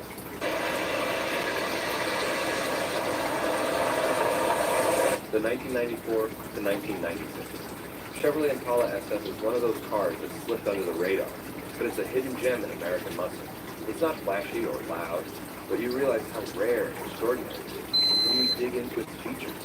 This car didn't just look different, it was built differently, with a low-slung suspension, top-quality shocks, and big disc brakes, making it ready to handle speed like a pro. On the outside, the Impala SS had some unique touches that made it stand out. It sported a clean monotone grille, body molding, and a spoiler that gave it enough attitude without being too in your face. In 1994, it only came in black, which gave it a sleek, understated look. By 1995, Chevy had given buyers more options, in colors like dark cherry metallic and dark gray green. Now, let's talk about power. The heart of the Impala is the LT1V8 engine, which generates 260 horsepower and 330 pound-feet of torque. That's a lot of muscle for a car that wasn't screaming for attention. The engine was mated to a smooth-shifting 4-speed automatic transmission, giving you fast acceleration and plenty of power for cruising with quick bursts. It wasn't just about performance. This car was also surprisingly smooth and quiet, making it feel like a grown-up hot rod. What makes this car even more of a rare find is how easy it is to boost its performance. A few simple modifications, like swapping out the computer chip and adding a better exhaust system, can push the horsepower to 300 range. If you're looking for speed, you can even crank it up to 400 horsepower with additional tweaks. A whole community of Impala SS enthusiasts supports this car. tons of aftermarket parts are available to make it even faster. Despite its powerful engine and the potential for more speed, the Impala XS never became a household name. It flew under the radar for many. But for those who know it, it's a rare classic car that combines power, comfort, and the potential for customization. Which 90s sleeper car surprised you the most with its hidden power? Let us know in the comments below.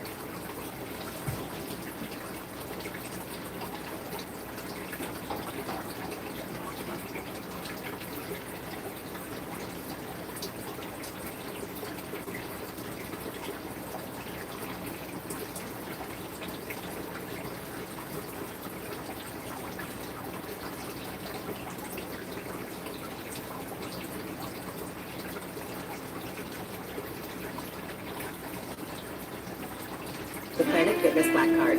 Access any location, bring a friend anytime, and recover in the Black Card Spa.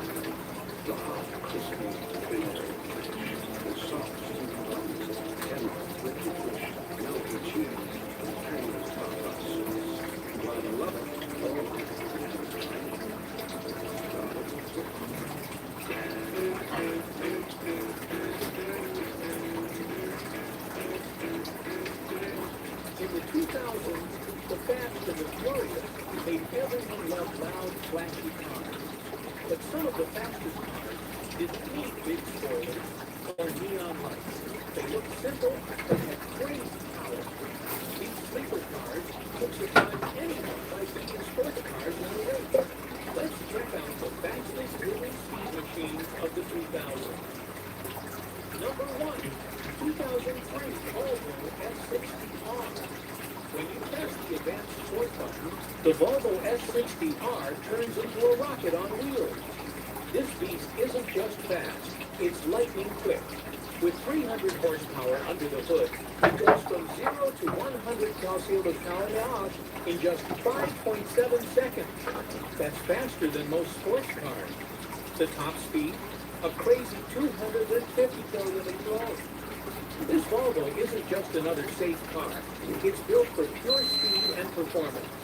Not only this, the Speed Machine comes with an all-wheel drive AWD system that grips the road like a race car.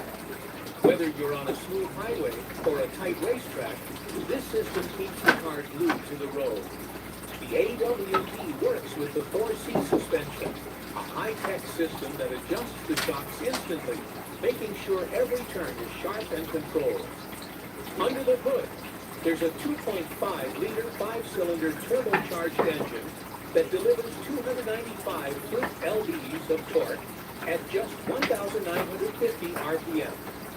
That means the power kicks in almost instantly. The big KKK turbo gives a massive 14.7 psi boost, making the car explode with speed the moment you hit the gas. This engine is packed with race-ready features like 2 intercoolers, stronger pistons, and variable valve timing for insane power. Shifting gears is quick and smooth, and the new 6-speed manual transmission is easy to use. It has short gear shifts, so you can change gears lightning fast. Don't like manual? No problem. The 5-speed Geartronic automatic transmission lets you shift manually, or let the car do it for you. In sport mode, it shifts gears at high speeds, and downshifts even faster for maximum acceleration. Beyond this, a car this fast needs serious brakes, and the S60R delivers. With huge 330mm Brembo brakes and 4-piston calipers, this beast can stop from 100 km/h in just 36 meters. That's race-level stopping power, keeping you in control even at crazy speeds. The S60R powers in just 36 meters, 330mm Brembo brakes, and 4-piston calipers. This beast can stop from 100 km/h in just 36 meters. That's race-level stopping control brakes and 4-piston calipers. This beast can stop from 100 km/h in just 36 meters. That's race-level stopping power, keeping you in control even at crazy speeds. The S60R looks as fast as it drives. The redesigned front bumper brings in more air for cooling, while the side rear spoiler keeps the car stable at high speed. Even the 18-inch alloy wheels are made to handle extreme performance. Inside, the sports seats hold you tight during high-speed cornering. They come in dark blue, gold beige, and aniline leather with Scandinavian-style stitching. The dashboard is loaded with blue gauges and polished metal, making it feel like you're inside a high-tech speed machine. This Volvo isn't just about safe driving.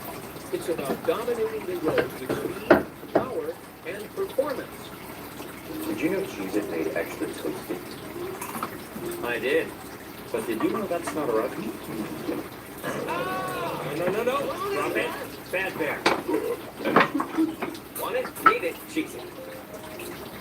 This is Wick Stupid, built to meet any brain, with a 3 calls for complex structure. Let AI map your site architecture and wireframes. Then dive into your favorite one, the design.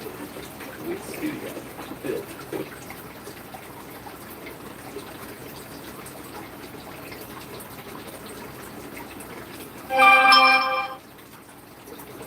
Number 2, 2006 Mazda Speed. 6, speed is everything when it comes to fast cars, and the 2006 Mazda Speed 6 brings the heat. With 274 horsepower and 280 pound-feet of torque, this beast is built to fly. It's got all-wheel drive, a turbocharged engine, and a slick 6-speed manual transmission, making it one of the quickest sedans Mazda has ever made. We're talking a 0 to 60 time of around 6.2 seconds, maybe even faster. While it's not as insane as the Mitsubishi Lancer Evo or Subaru WRX S-Type, it's still packing serious power. However, Mazda had a different plan for this car. They didn't want a wild, rally-inspired speed machine. Instead, they aimed for something smooth, powerful, and stylish, more like an Acura TL or a Subaru Legacy GT. That doesn't mean it's slow, though. It still has plenty of muscle to leave regular sedans in the dust, but with a bit more class. Speaking of powerhouse, the Mazda Speed 6 gets its power from a turbocharged 2.3L four-cylinder engine. This isn't just any engine. It's got direct fuel injection, a steel crankshaft, and a high-density aluminum block. The turbo pushes a massive 15.6 psi of boost, meaning more air and fuel get crammed into the engine, making it crazy powerful.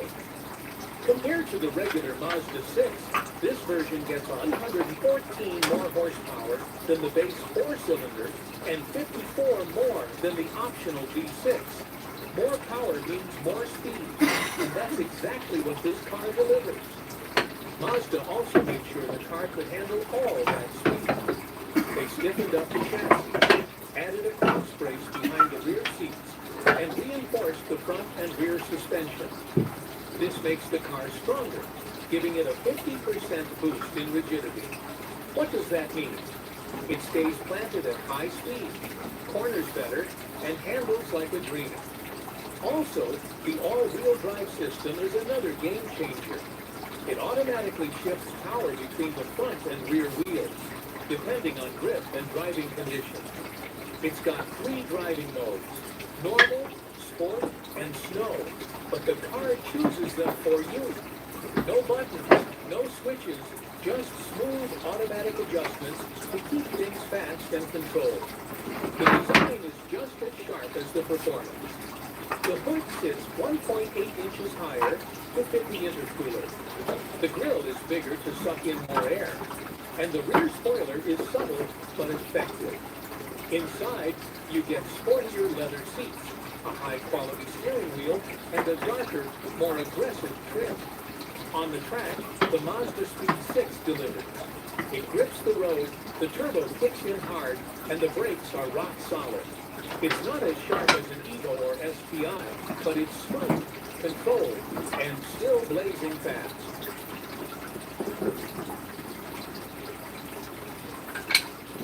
Number 3, 2003. Mercedes-Benz E55 AMG. Speed lovers, get ready, because the 2003 Mercedes-Benz E55 AMG is an absolute rocket. This car doesn't just go fast, it devours the road with insane power. With 469 horsepower and a mind-blowing 516 pound-feet of torque, it launches from 0 to 60 mph in just 4.5 seconds. That's nearly as fast as a Ferrari 575M Maranello, but at a fraction of the price. Even crazier, it keeps pulling past 150 mph like it's got no limits. But here's what makes it truly wild. It doesn't feel fast. Most cars shake, roar, and fight against the wind at high speeds. Not this one. The E55 glides so smoothly that 155 mph feels like cruising at 90 mph in a regular car. No loud wind noise, no twitchy steering, no stress. Just pure, effortless speed. It's like flying on the highway without even realizing it. The power comes from a massive 5.4L V8 engine, boosted by a supercharger that pumps in 13.1 psi of air pressure. That means more fuel, more power, and more speed. The previous E55 had only 349 horsepower, but Mercedes knew that wasn't enough to take on the BMW M5 or the Audi RS6, so they cranked up the power, slapped on a better intake and exhaust, and created this beast. Even the transmission is built for speed. It's a 5-speed automatic, but it shifts faster and harder than a regular one. It has 3 modes: comfort, sport, and manual. Sport mode is so good at shifting that most drivers won't even need the manual setting. Just hit the gas, and it figures everything out instantly. Stopping all this speed is no joke. So Mercedes gave the E55 massive brakes, 14.2-inch front loaders, and 8-piston calipers that look like they belong on a race car. But here's the weird part. The brake pedal isn't actually connected to the brakes. Instead, the car decides how much braking power you need. It's high-tech, but it makes stopping feel a little strange. Well, the E55 isn't just about speed. It's also about style. It sits lower than a regular E-Class, has big 18-inch wheels, and sports 4 chrome exhaust hoods that let everyone know this isn't an ordinary luxury car. Inside, it's classy and comfortable, with white gauges and premium materials that make you feel like a king at 150 mph. For around $74,000, this car is a steal. It's a super fast, super powerful sedan that can outrun almost anything on the road, all while looking smooth and feeling effortless. New Lavender Lysol gives your casa the same Lysol disinfection you trust, but now has a scent that'll make you move.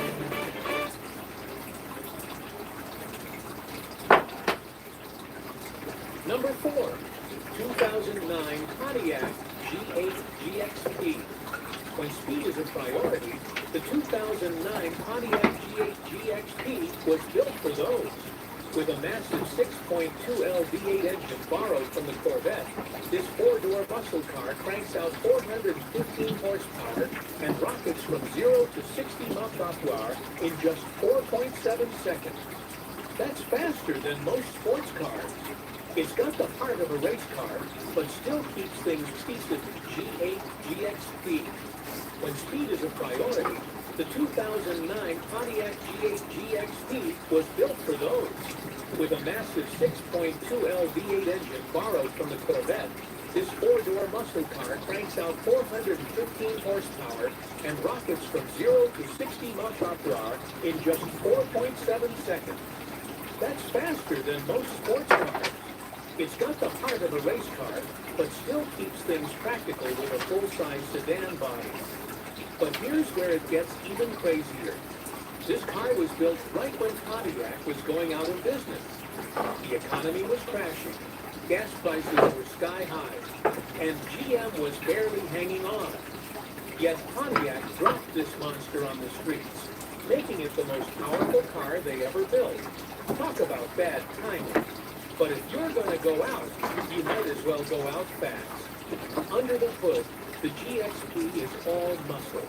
The LS3 engine is paired with either a 6-speed automatic or a rare 6-speed manual, the only stick shift available in any GU8. GM could have added cylinder deactivation to save gas, but they said, no, let's keep all the power. That means no fuel-saving tricks, just pure, unfiltered speed. Of course, that also means terrible gas mileage. 13 mpg in the city and 20 on the highway. But who cares? If you're driving a car like this, you're not worried about gas. The GXP isn't just about power. It's got the handling to match. The suspension is tuned for American roads, so it soaks up bumps while keeping the car tight in corners. It also gets 4-piston Brembo brakes, meaning it stops as well as it goes. The steering isn't as sharp as a BMW's, but it still feels confident and solid, making every turn feel smooth. And then there's the look. It's not flashy, but it's aggressive. The front end has Pontiac's classic split grille, there's a subtle spoiler on the trunk, and it rolls on polished 19-inch wheels wrapped in grippy Bridgestone tires. Inside, it's all about performance, with sporty seats, GXP logos, and a thick steering wheel that feels perfect in your hand. Even though it was built for speed, the GXP is still comfortable.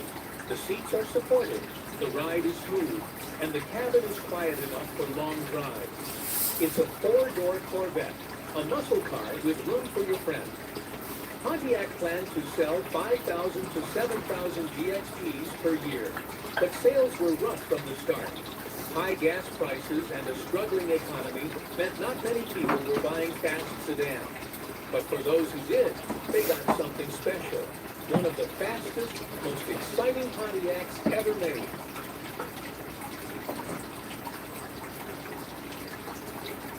Number 5, 2007 Acura TL Type S.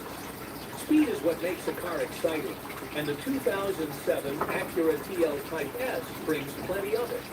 This sports sedan is powered by a strong 3.5-liter V6 engine, producing 286 horsepower and 256 full-FD of torque. With a 6-speed manual transmission, it launches from 0 to 60 miles per hour in just 5.5 seconds. That's a great speed for a sedan, making it a perfect mix of power and practicality. But this car isn't just about quick acceleration. It also delivers a thrilling driving experience. The TL Type S is based on the third-generation Acura TL, a high-end sedan that competes with luxury brands like BMW and Mercedes-Benz. But while those brands come with hefty price tags, the TL Type S gives you a similar high-performance feel at a much lower cost. It's a sports car hiding inside a stylish, comfortable, four-door body. When buying a fast car, you also have to think about how well it holds up over time. According to experts, the TL Type S is a pretty reliable car. Repair Pal says the average yearly maintenance cost is around $490, and over 10 years, that adds up to $4,190. Compared to other luxury cars, that's not bad at all. Most owners report that the TL Type S doesn't have many major problems, making it a smart choice for speed lovers who also want a dependable ride. Every car has its issues, and the TL Type S is no exception. The most common problem reported is rough shifting with the automatic transmission. Some owners have also experienced small annoyances like squeaky windows, engine idle issues, or minor brake problems. However, major breakdowns are rare, and most of these issues are easy to fix. In terms of reliability, the TL Type S scores well. It gets a 4.0 out of 5.0 rating, putting it in 6th place out of 31 mid-size luxury sedans. That's impressive. On average, owners take their cars in for repairs only 0.4 times per year, which is better than most cars in this class. Plus, the chance of a major issue happening is just 9% lower than the 12% average for similar cars. For those who love speed, the TL Type S delivers. The Type S model is slightly faster than the standard TL, hitting 60 miles per hour in about 5.7 seconds. That means this Acura isn't just a great-looking luxury sedan. It's a quick, powerful machine that can keep up with some serious sports cars on the road.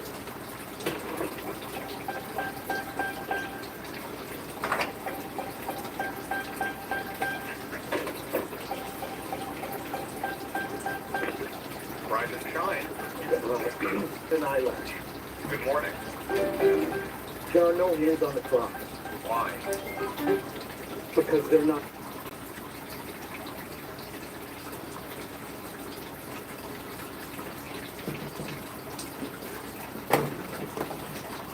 Number 6, 2004 Volkswagen Passat W8.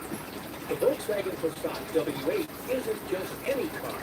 It's a powerhouse built for serious speed. With a powerful 4.0L W8 engine pushing out 270 horsepower, it can hit 60 miles per hour in just 6.7 seconds. That's a full second quicker than its automatic version. And guess what? It's one of the only four-door cars in America with a manual transmission and a V8-style engine. That means you get to control the power yourself, shifting gears and feeling every bit of that speed. But here's what makes it even more exciting. This Passat isn't just about going fast in a straight line. It's built to handle corners like a pro. The 6-speed manual transmission lets you drop gears fast, giving you instant power when you need it. Step on the gas after a sharp turn, and you'll feel a strong shove forward, the engine roaring as you rocket to the next bend. This car is all about control, letting drivers push it to the limit without waiting for a slow automatic to catch up. Even though the Passat W8 is a speed machine, it's not just about power. It's also got a serious grip. With all-wheel drive and special 17-inch wheels wrapped in high-performance tires, this car sticks to the road. You can throw it into corners with confidence, feeling the tires dig into the pavement. Plus, Volkswagen made sure the suspension was tough enough to keep the ride smooth, even when the road got bumpy. And let's talk about the looks. The Passat W8 doesn't scream for attention like some flashy sports cars, but it has a sleek, stylish design that means business. Inside, you get a luxury feel with a leather interior, a sunroof, and a comfortable but sporty driving position. And with the manual shifter right at your fingertips, you always have complete control over the speed. But even fast cars have their quirks. The clutch pedal on this Passat is a bit tricky, sitting high and needing a long press to engage. That can make quick getaways a little tougher, especially when trying to zip into traffic. Also, some early models had minor issues, like a whining noise and a rattling suspension. But when you're driving this fast, who cares about a little noise? At $40,730, the Passat W8 isn't cheap, costing more than a BMW 330xi or an Audi A4 3.0 Quattro. But what you get is something special, a powerful, rare, and thrilling ride. If you don't care about a fancy badge on the hood, this is a car built for speed lovers.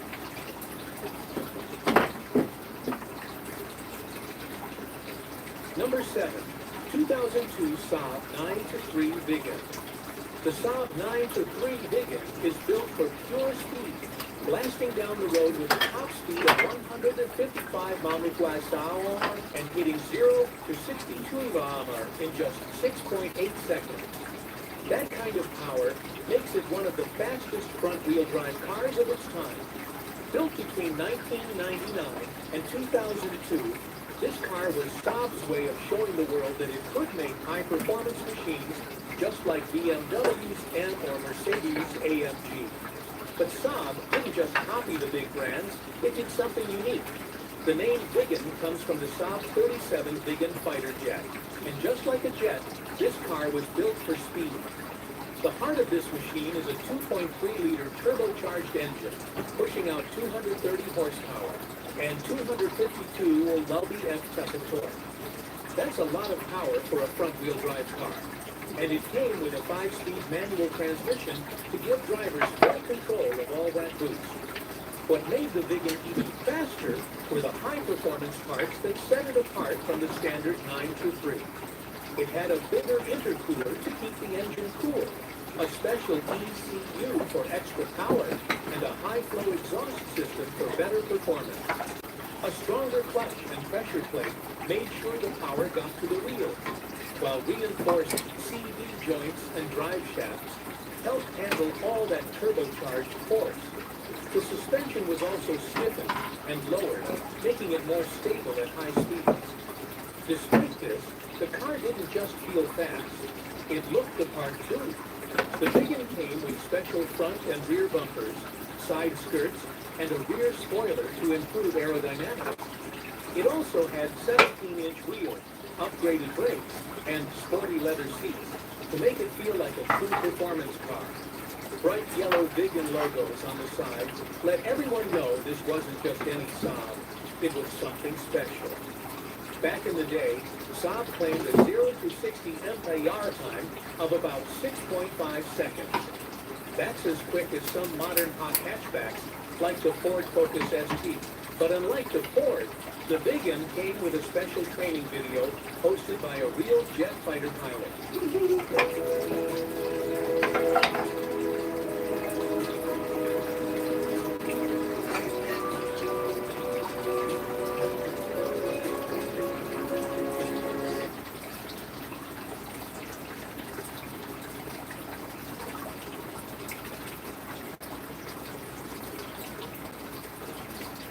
Number 8, 2006 Chrysler 300C SRT8.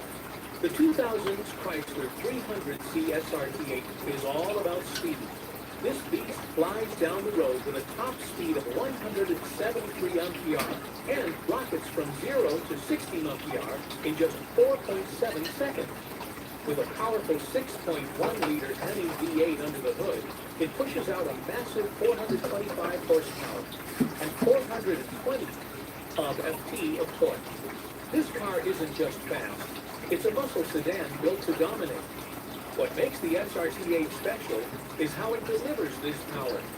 Unlike other high-performance cars, it skips fancy tricks like variable valve timing. Instead, it gets raw strength from a bigger engine, a hotter camshaft, and a forged crankshaft that lets it rev up to 6,400 RPM. This means the car is always ready to launch forward, and its 5-speed automatic transmission makes shifting smooth and fast. Impressively, the aggressive styling matches the speed.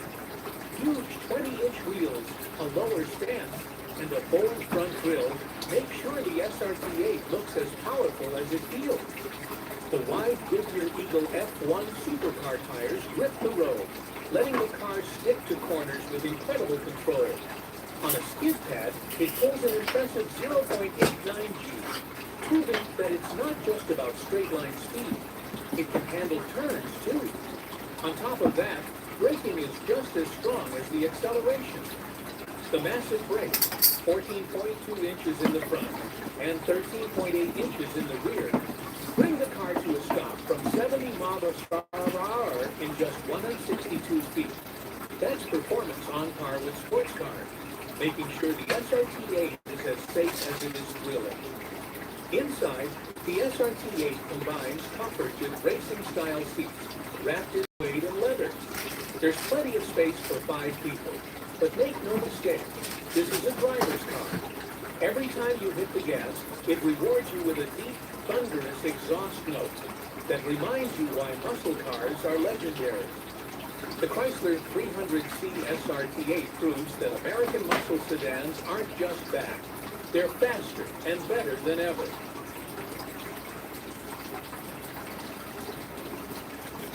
Number 9, 2004 BMW 545i. The 2004 BMW 545i is built for pure speed.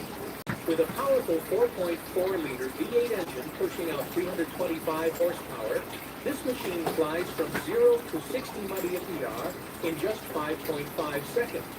And it doesn't stop there. 100 miles per hour comes even faster than before. And by the time it hits 130 miles, it leaves its older version far behind. This isn't just a fast sedan. It's a sports car in disguise.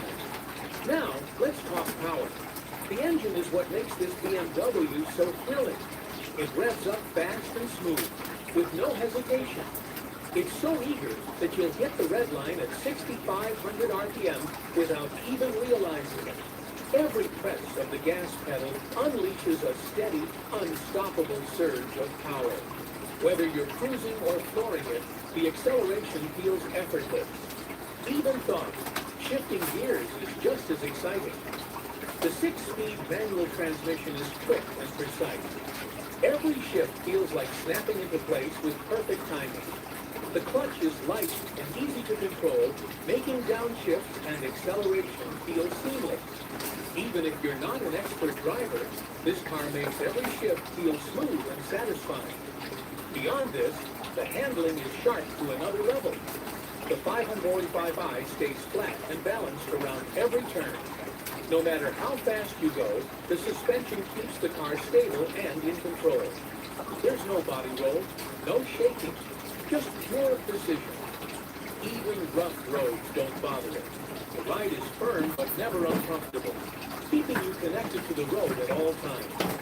Not to mention, braking is also important, and this BMW delivers.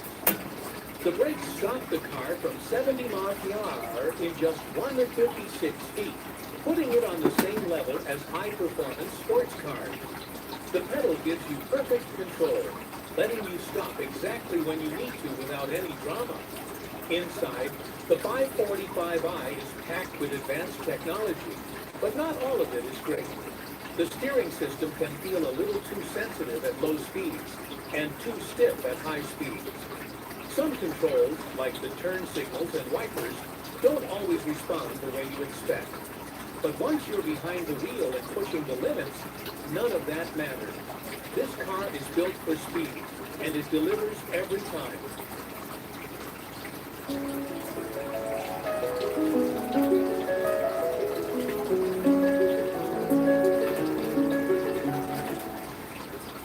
I didn't really know what to expect from the big round process. Exactly what they were able to take on overnight.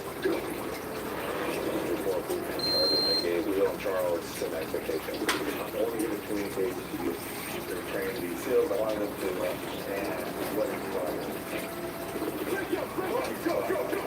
We can't think we just push ups and chin ups the whole time. Every day we would learn new skill sets. And we just drilled it and drilled it and drilled it. We taught them everything from communications to radio etiquette. We need to toss it back at our last position.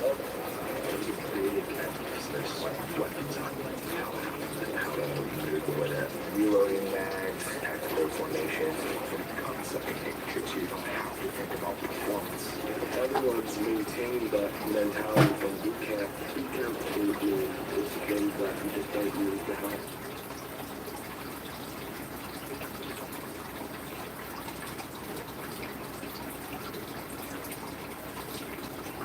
Number 10, 2008, Lexus is F. Finally, the Lexus is F's true definition of speed. With a massive 5.0-liter V8 engine pumping out 416 horsepower, this beast rockets from 0 to 60 miles in just 4.4 seconds. And once it hits the quarter mile, it's flying at 112 miles in only 12.9 seconds. This car isn't just fast, it's a straight-up road missile. The power under the hood is no joke. The engine sounds like a wild beast waking up, and once it roars past 4,000 RPM, the exhaust note turns into a deep, aggressive growl. The 8-speed automatic transmission shifts like lightning, keeping the power flowing non-stop. Every press of the gas pedal feels like launching a rocket. This car doesn't just go fast. It looks fast. The ISF stands out with massive fender flares, huge 19-inch wheels, and a hood that bulges with pure muscle. The pearly white paint job made it look sleek, but the sound made sure no one ignored it. On the road, heads turned, and people lined up to get inside. The ride is intense. The ISF sits low with stiff suspension and almost no space between the tires and fenders. It grips the road like a race car, but bounces hard over rough pavement. Some drivers loved the stiff ride. Others felt like they were on a roller coaster. Even with all this power, the ISF handled daily driving well. At 85 miles an hour, the engine stayed quiet under 2,300 RPM, making long drives smooth. It even averaged 21 miles CG over 40,000 miles, better than some rivals. But in winter, a nightmare. Even with snow tires, this speed demon struggled on icy roads, slipping and sliding like a rear-wheel drive monster from the old days. But when the roads were dry, nothing could catch it.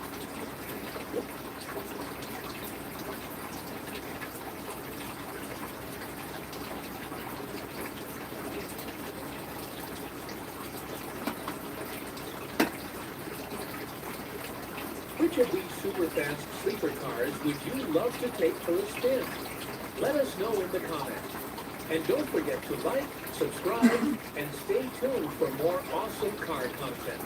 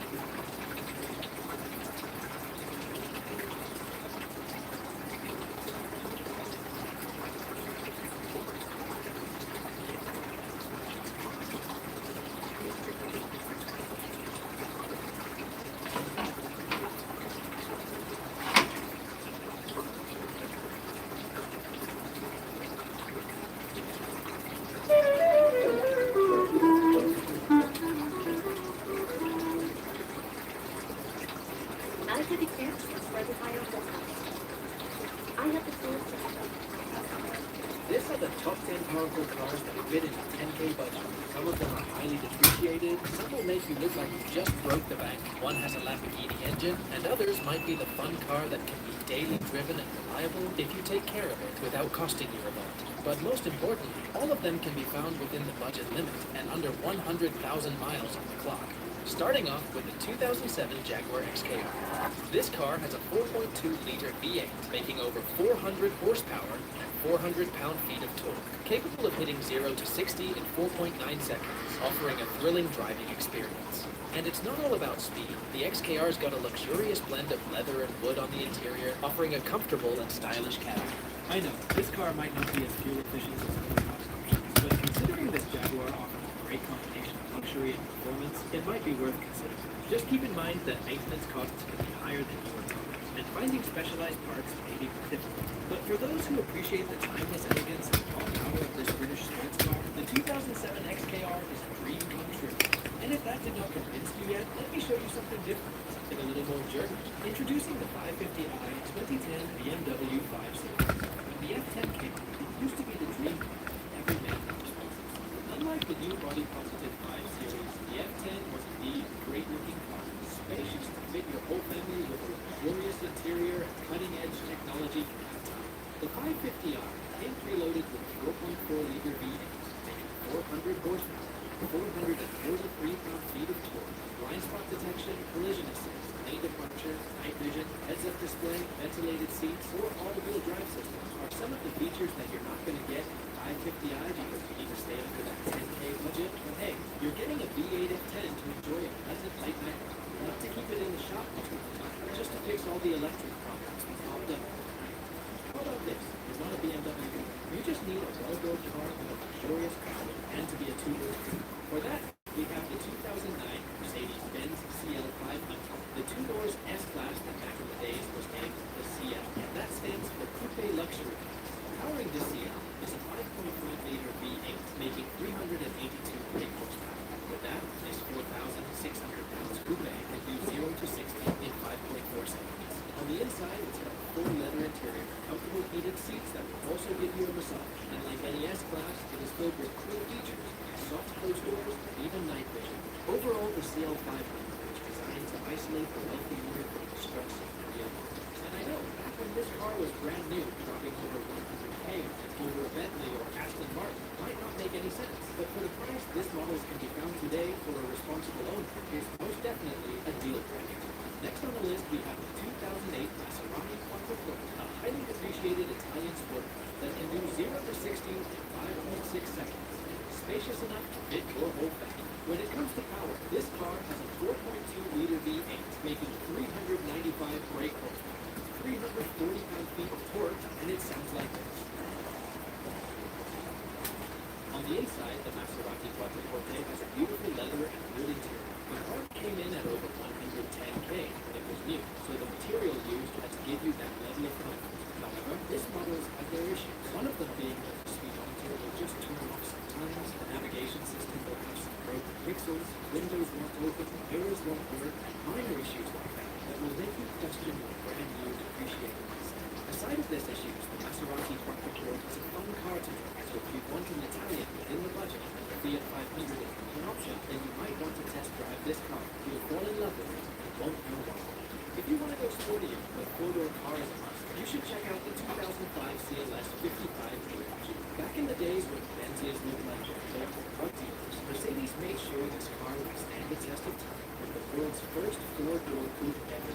The CLS 55 is powered by a supercharged 5.5-liter V8, making 500 brake horsepower and can do 0 to 60 in just 4.7 seconds. On the inside, like most cars from this place, it has a full-on leather interior with some good touches in the center console. Even though it's a car from 2005, you will be able to find heated, ventilated, and massage seats, actual phone, keyless go, and of course air suspension.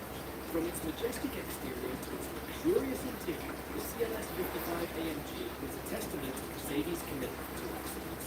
But what if you're not a fan of this flashy car race and want something that looks normal? That will bring you to the overlooked 2011 Audi S5 Coupe, a reliable car that will serve you a taste of high performance. The S5 comes with a 4.2-liter V8, making 350 brake horsepower and 300